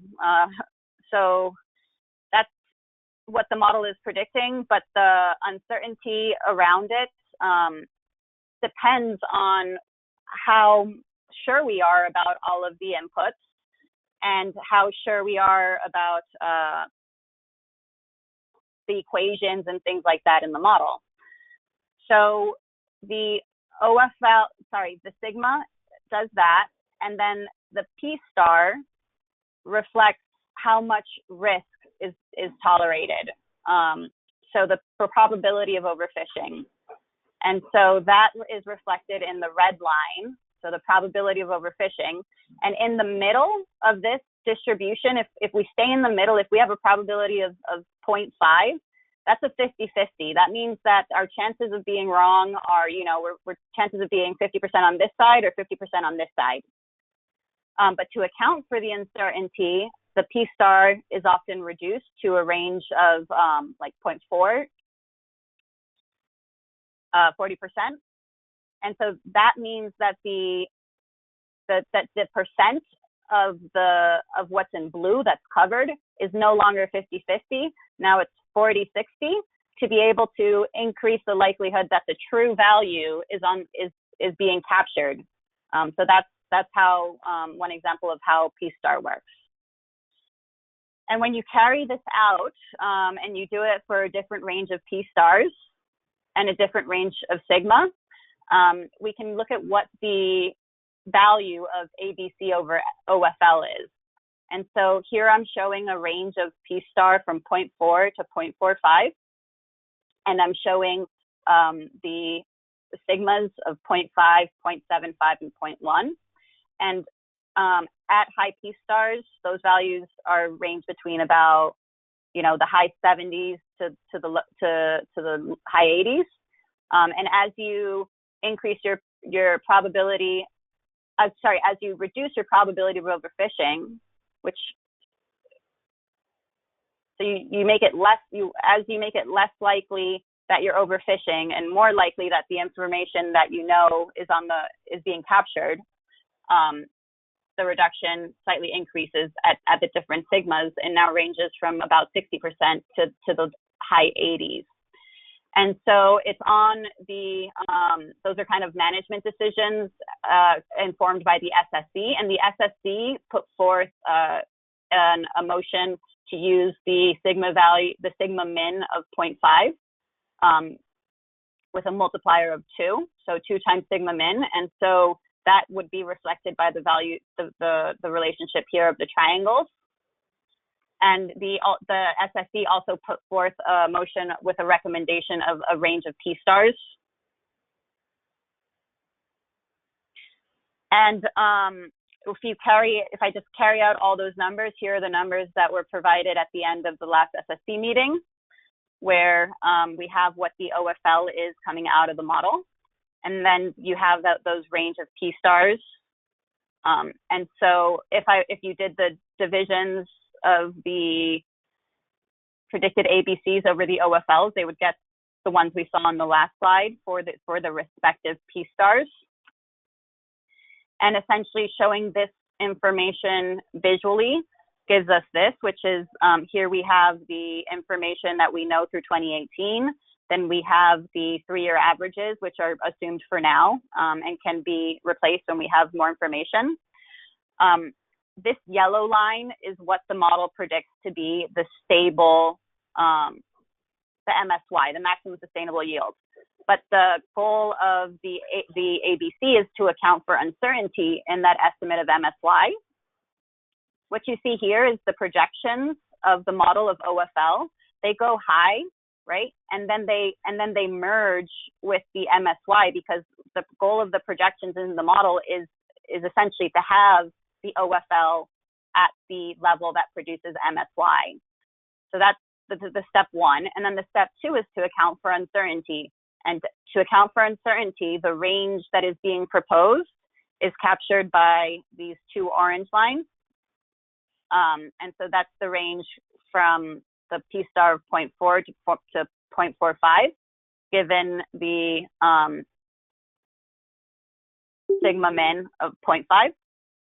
And then just for comparison, I've also plotted what the current ACL is. It says ABC there, that's the ACL. And so that's the visual that shows that change. And so since we're looking at a sigma min of 0.5 and a range of 0.4 to 0.45, that range of reduction that if we did the numbers on the other slide would be from the high 80s to the high 70s is the range of buffer for uncertainty that's being discussed by the council in the upcoming council meeting. And with that, I will take any questions. Well, my first question would be, why are we using the years of 2017 and 18, even 19, as we know that the fishers haven't recovered, number one, from hurricanes Irma and Maria. We still haven't received our relief money to get the businesses back up and running. So those numbers are down. Why would we even attempt to use those numbers when they are not the correct numbers of what the fishery would have been doing if all elements were back in place, hotels, restaurants, and the fishers having the amount of gear that is needed? Yeah, great question, Julian. So these values through 2018 are considered complete by the U.S. Virgin Islands told us that the data from the logbooks are complete through 2018. We don't know exactly what the numbers are going to be for 2019, and there has been a lot been going on. So definitely this is something to change once we have more information, especially with 2020. It's a crazy year right now. But what I do want to point out is that we did do an exploration to see how sensitive the process was to what these values are. And keep in mind that this is just the potential highest value. If the catches are lower, that just means that there's more lobster that stay in the water that are still around and available later. So let me show what that means. I have that slide in my back pocket here. So here is the plot that we have for the sensitivity to the values that are used in 2019 and 2020. So the average was kind of just a quick way of getting a number based on recent information, which we know is perhaps flawed, and we hope to update as soon as we can. But we also ran the OFL using 50% of that number. So what if instead of that 3-year average that we used for 2019 and 2020, what if the values were much lower in 2019 and 2020? So we did an experiment where we put those at 50%. And within 2 years, the values are very similar. Within 3, they're almost the same. And so this reflects what I was just talking about a little bit more of buildup. You know, like if you catch fewer lobster, there's more lobster. The stock is a little bit bigger. And so in order to get it to the level, to get the stock that is fish, that, you know, the level that can go on in equilibrium or in a balance into the future, you do get a little bit higher initial OFL when you assume lower information for 2019 and 2020. But because the values are similar within a few years, there were 2 kind of conclusions from that. One is, of course, we want to update this as soon as possible, and we want to be able to have the right numbers. And in the case where in any situation where you have projections and the projections are very different from what the stock actually, what the fishery actually ends up with, you want to kind of, you want to retune to be able to have the model be trying to incorporate that factual information to the most recent date possible. So it's important to continue with our data collection and processing to be able to have those information. And then the other thing that I was going to mention is that's a pretty large difference that we're discussing in the magnitude, which reflected, you know, within 2 years, very similar values. So I'm not saying it's insensitive, but it's not showing that it's super sensitive to those assumptions. And so I think that for now we kept the blue line, but with the intention, and I think the SSE made it very clear in their motion to address that and to use as the best information they can get to better inform that, because we will always have to kind of make inferences about the most recent years of information. So say, you know, and we're in 2021, and now we need to, or say we're later in 2020, and we might need to make an estimate about 2021. So it'll be important to definitely have input from the DAPS and from the council and from the SSE to help us update this information and try and keep it as current as possible. Yeah, and just one last comment is that, again, these values, the OFLs and the values that go into these estimates, I guess the comment that I'm going to make about the OFLs is it's not saying you know, how much we expect you to catch. It's saying how much the total, what could the maximum be that would allow the stock to remain sustainable as we move towards getting to the point where we have MSY every year. So there's different types of, you can get there, you want to get to MSY because the way the projections are set up is that we want the model to be able to get us to MSY so that we're able to have the maximum sustainable yield, not just the maximum number of fish in the water, but the maximum productivity of the fish in the water, which leads to the maximum yield that can be extracted. So I'll stop there and see if there's next questions. Yes, that answers the question. Is there any other DAP members that would like to ask any questions right now? Okay, if no one has any questions right now, I think Carlos had a question. Carlos, go ahead. Yeah, Adrian, I noticed that in the chart where there's OFL, ABC, ACL, and ACT, I know the Caribbean does not use ACT. Is that still there just because it's a standard template? Yes. So the rules are that the ABC has to be lower than the OFL, that the ACT, than the ABC, the ACL is lower than the ABC. The ACT can be set at the ACL. I believe that is correct. And so this is kind of like the nationwide plot that we use. But I believe that is the case. And I think maybe Maria or Sarah can double check on. Yeah, this is Maria. Yes, so right now we're going to be using ACTs for pelagic stocks in the island-based FMPs. So I believe in the case of St. Thomas and St. John and St. Croix, it will be only for the dolphin and the wahoo.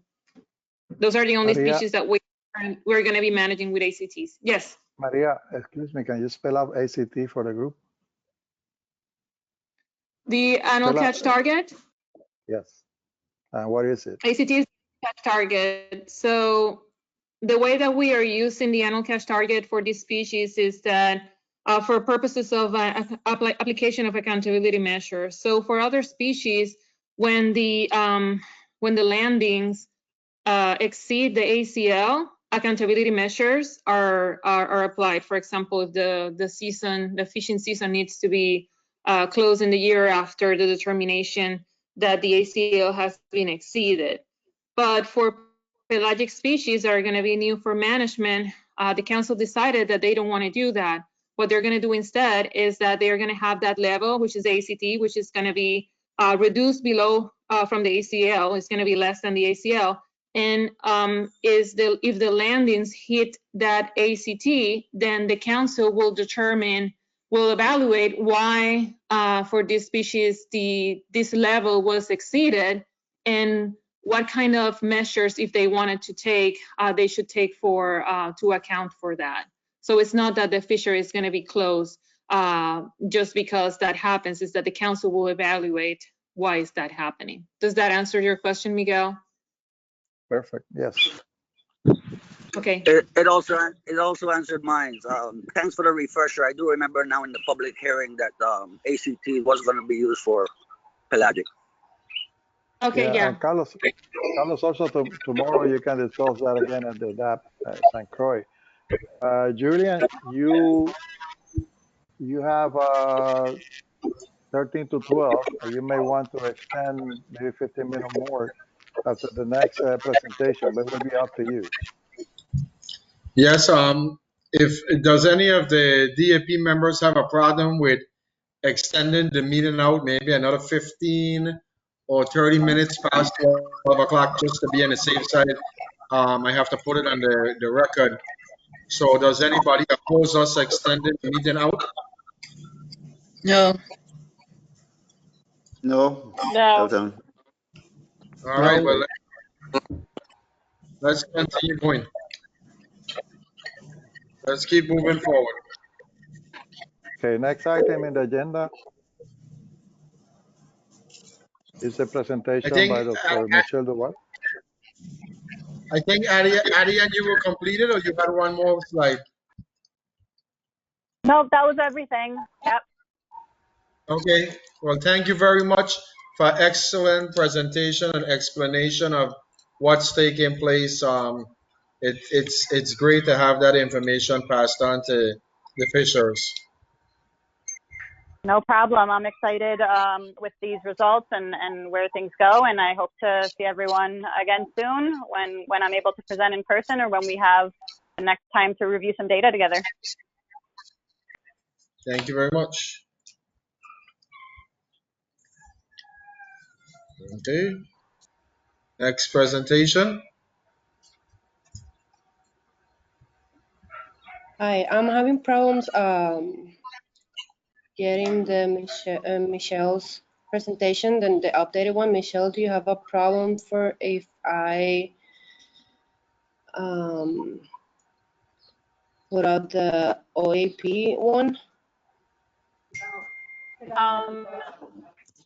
No. You changed the name, but I can maybe Michelle a presenter and see if it works for her. Are you comfortable with that, Michelle? Yeah, let's see if Miguel can make me the presenter. And yeah, you are. I feel so powerful. You are now a presenter. Okay, so can everyone see my screen? Yes. Yeah, see it. Yes. Okay. Can you make it a little bit bigger if possible? How's that? Perfect. Okay, thank you, Mr. Chairman. I know that I'm the last thing standing between you and lunch, so I'll try to be as brief as possible. So I'm just giving, my name is Michelle Duval for people who haven't met me.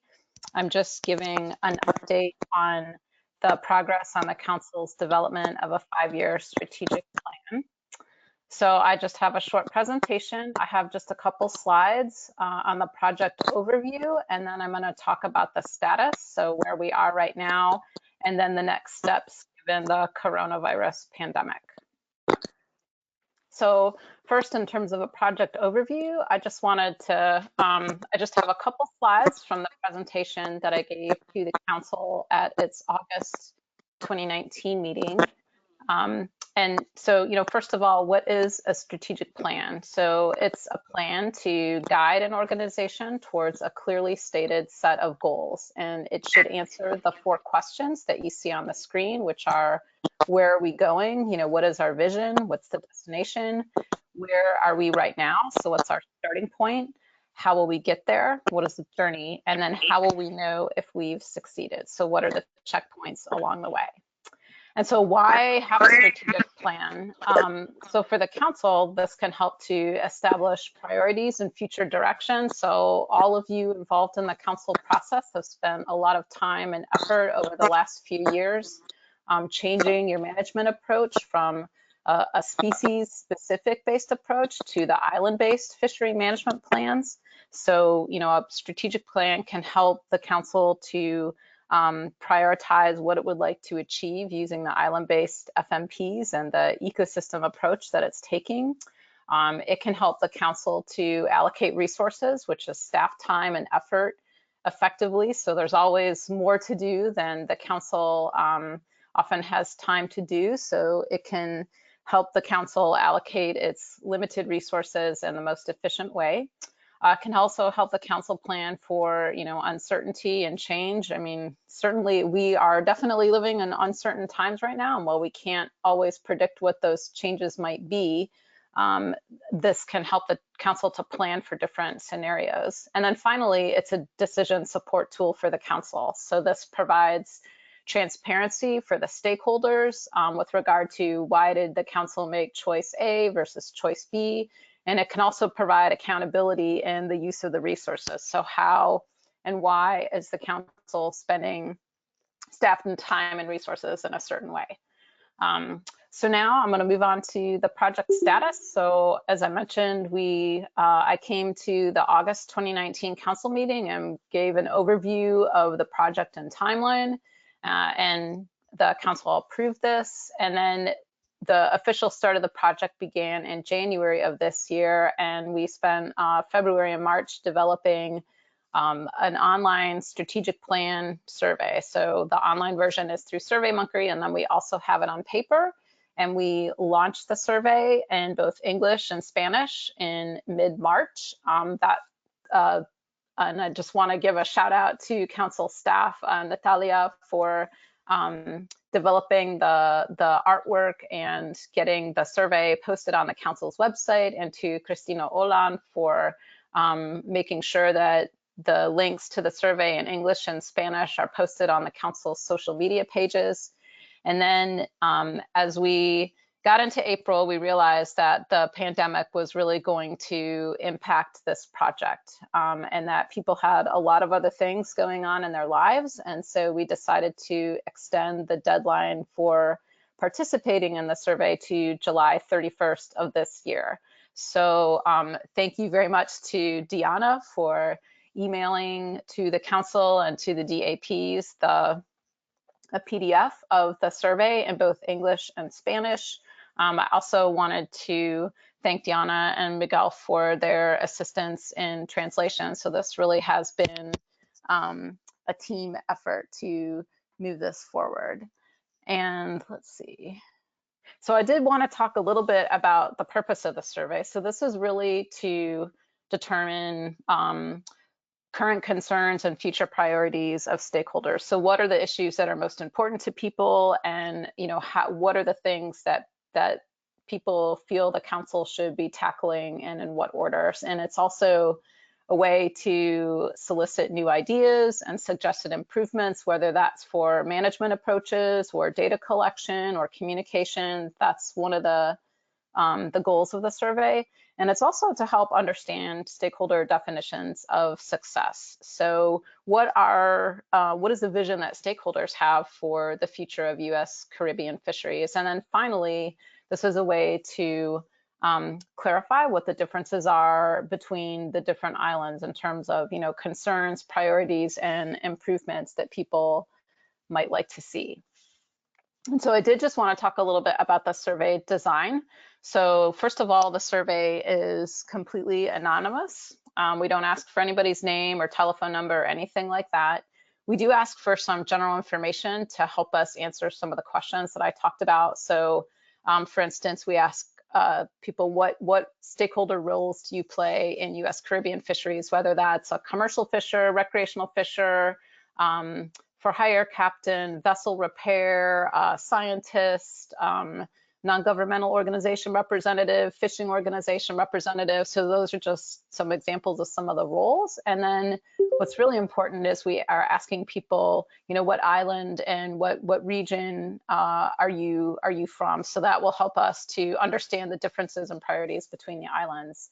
And then we ask folks to rate the importance of a bunch of issues. So just check a box for how important issues are across different topics that you see there on the screen. So resource health, cultural, social, and economic issues, management issues, communication, outreach, and then a couple questions on ecosystem-based management. And then there's also places for people to write in anything else that they think the council needs to know about in that regard. And so I did just, before I go into this, I did just want to let people know that as of today, we have 131 online responses, and I know that we have more on paper. I do want to thank Carlos Farchetti and Vanessa Ramirez for the work and the outreach that they're doing to help fishers and others to fill out the survey. So thank you both very much for what you're doing, and takes me to this slide, which is how you can help the council. So I think if people could help spread the word about the survey, it's accessed from the council's homepage. I also have the direct links shown here to both the English and Spanish version of the survey. It's been posted, like I said, to the council's social media platforms. And then if anybody would prefer to use a paper survey, and I know paper is very important for people to be able to fill it out that way, we have those in both English and Spanish, and those are available from council staff. And so finally, I'm just going to get to next steps. So this was our original timeline, and those little blue checks just show the chunks of the project that are completed. So right now we're in the middle of the survey administration and analysis, and we had hoped originally by this time to be presenting in person, some of the results of the survey to the DAPs, and then conducting some in-person outreach meetings. But clearly COVID is not allowing that to happen, and our original plan was to have a draft strategic plan to the council in December with the final plan in April of next year. But we've had to kind of rework that schedule a little bit. And so this is, after talking to Miguel, this is what we're looking at. So with, like I said, we want to allow people as much time as they need to participate in the survey, which is why it's been extended through the end of July. Tentatively, we're hoping to have some public outreach, in-person public outreach in October. And we would present the results of all the public input to the council at their December meeting, and then hopefully we would have a council workshop in March for the council to take all that input and start establishing some priorities that we could then incorporate into a draft plan with a draft to the council in August of next year, and then a final plan completed in December. And so one of the questions, Mr. Chairman, that we have for the DAPs in particular is about the outreach and the communication of survey results. So originally we had hoped to do this in person, where we would present the results to the DAPs and then conduct island outreach meetings, as you see there on the screen. And now with our new schedule, which, this is tentative, and obviously it depends a lot on how coronavirus affects things in the future, was to have public outreach in October of this year. So the question for the DAPs is, would you all prefer one large in-person DAP meeting, or would you prefer separate island-specific DAP meetings? And we were thinking that we could combine the in-person presentation of the results to the DAPs with the in-person public input and outreach. So, clearly all of the DAP meetings are public meetings anyway, but rather than having another separate set of in-person meetings, we thought we could combine that approach. And then, also we're interested in hearing your thoughts on, if we have to, because of coronavirus, presenting the results of the survey to the DAPs by webinar. And so, Mr. Chairman, that's all I have. I really appreciate the time, and Miguel might want to chime in a little bit on the approach that I showed here on the last slide, but I'm happy to answer any questions. Thanks.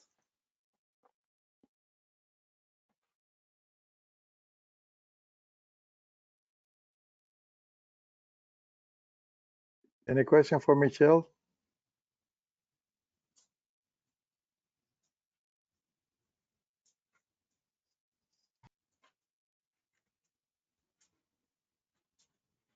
Julian, can you hear us?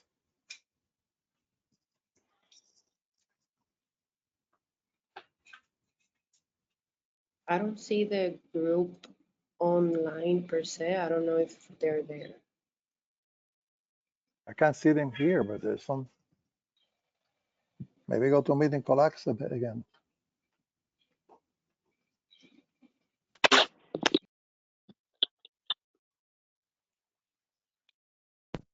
Hello? Miguel? Miguel? Who's that? Yeah. That's Ruth. Let's. No, That's it's Ruth. yeah. That's how I was thinking that you have a problem. Try it again, because yeah, that's what I mean. That it could be here. Yeah. Okay, let's try it again.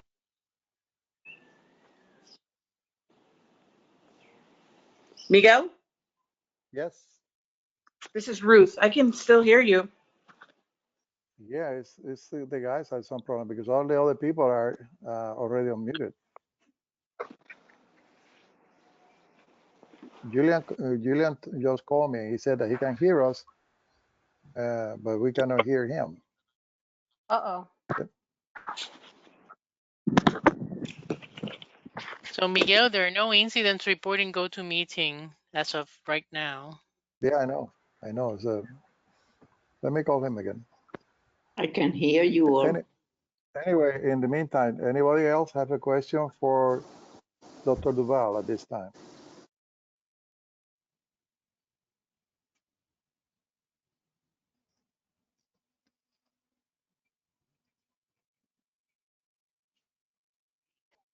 Michelle, Graciela here, if I may. Sure.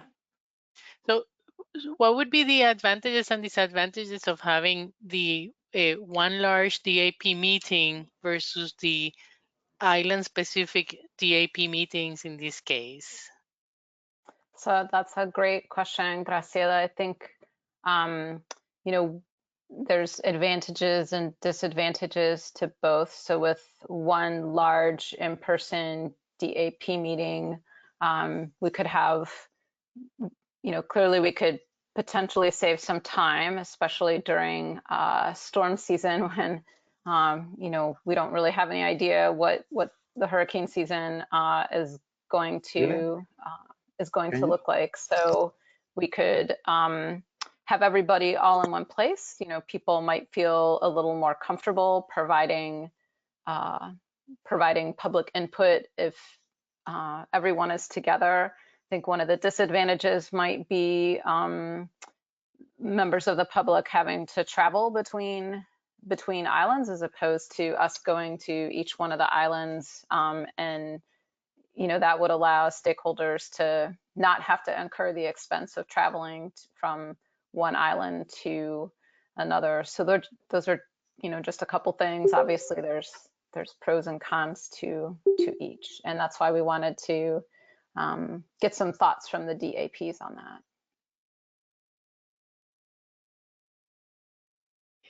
Thank you. Thank you for the question.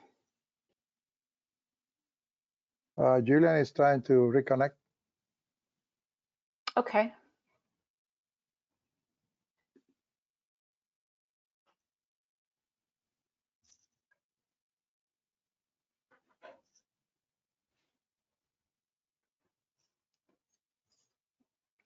Anybody else has a question for Michelle at this time?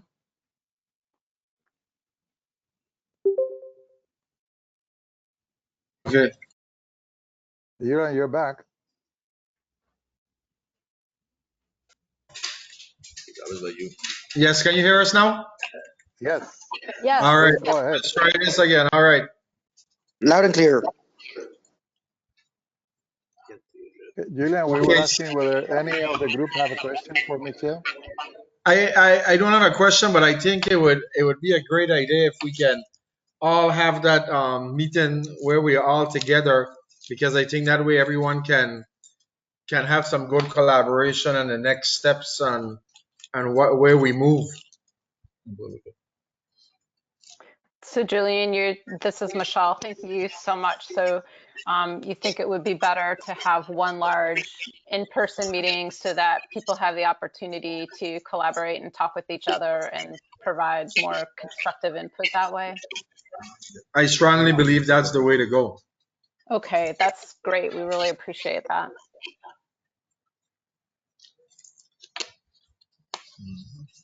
Anyone have any other questions? If not, thank you for a great presentation and look forward to continuing this process. Thank you, Julian. And I'm going to stop sharing my screen and give that back to Miguel and Natalia. Thank you again.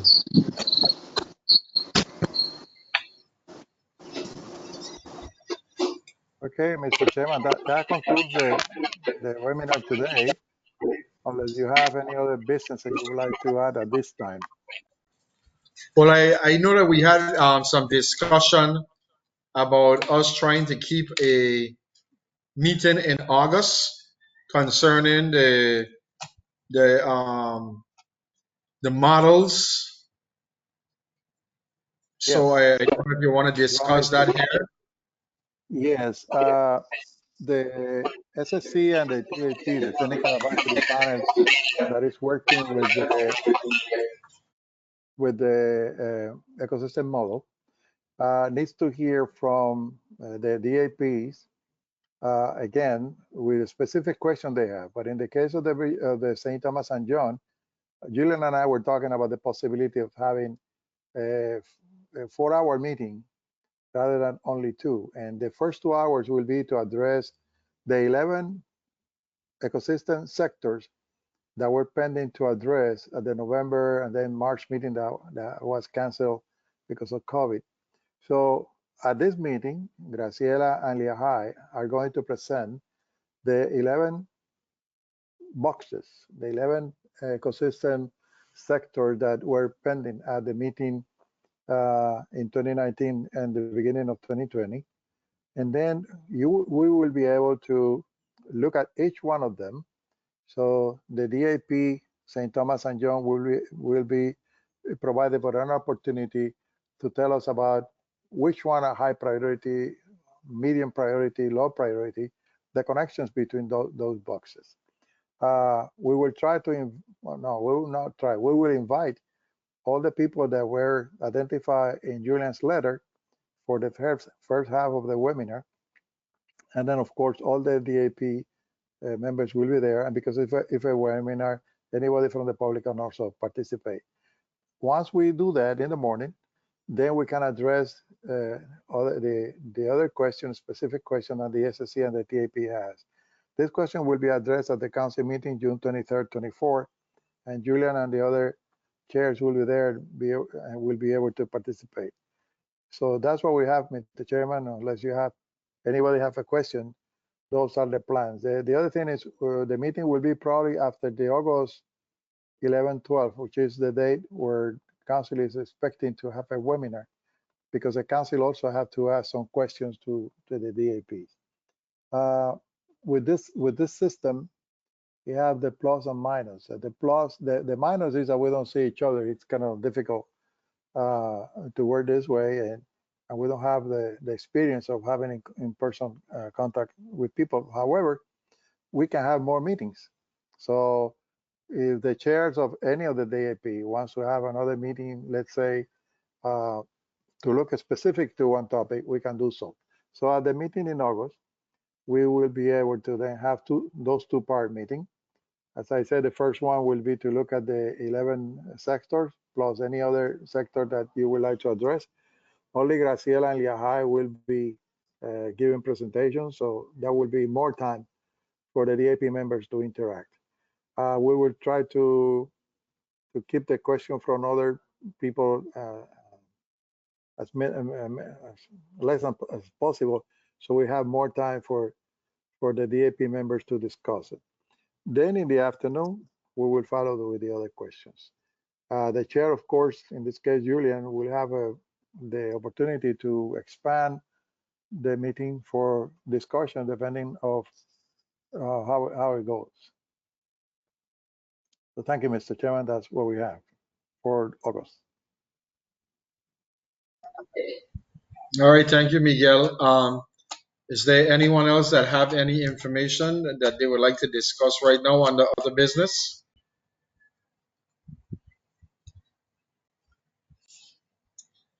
Well, since I don't have any other questions or anything else to add to the agenda, I'll entertain a motion to adjourn this meeting.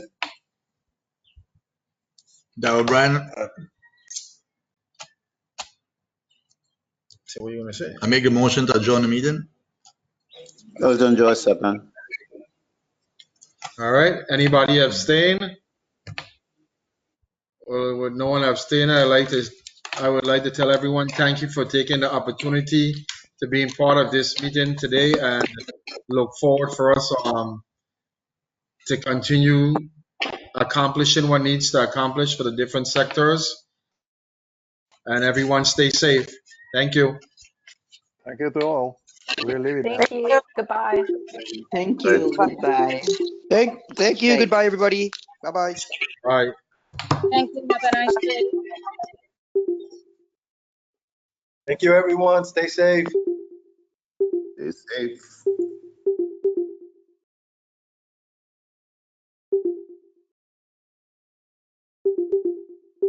Ok, guys, les habla Guillermo Bill Cordero. No fue muy bien en la traducción, solamente tuve a Nelson de cliente, pero para mí es un cliente muy importante. Viva Puerto Rico, vivan las islas. Que tengan buen día.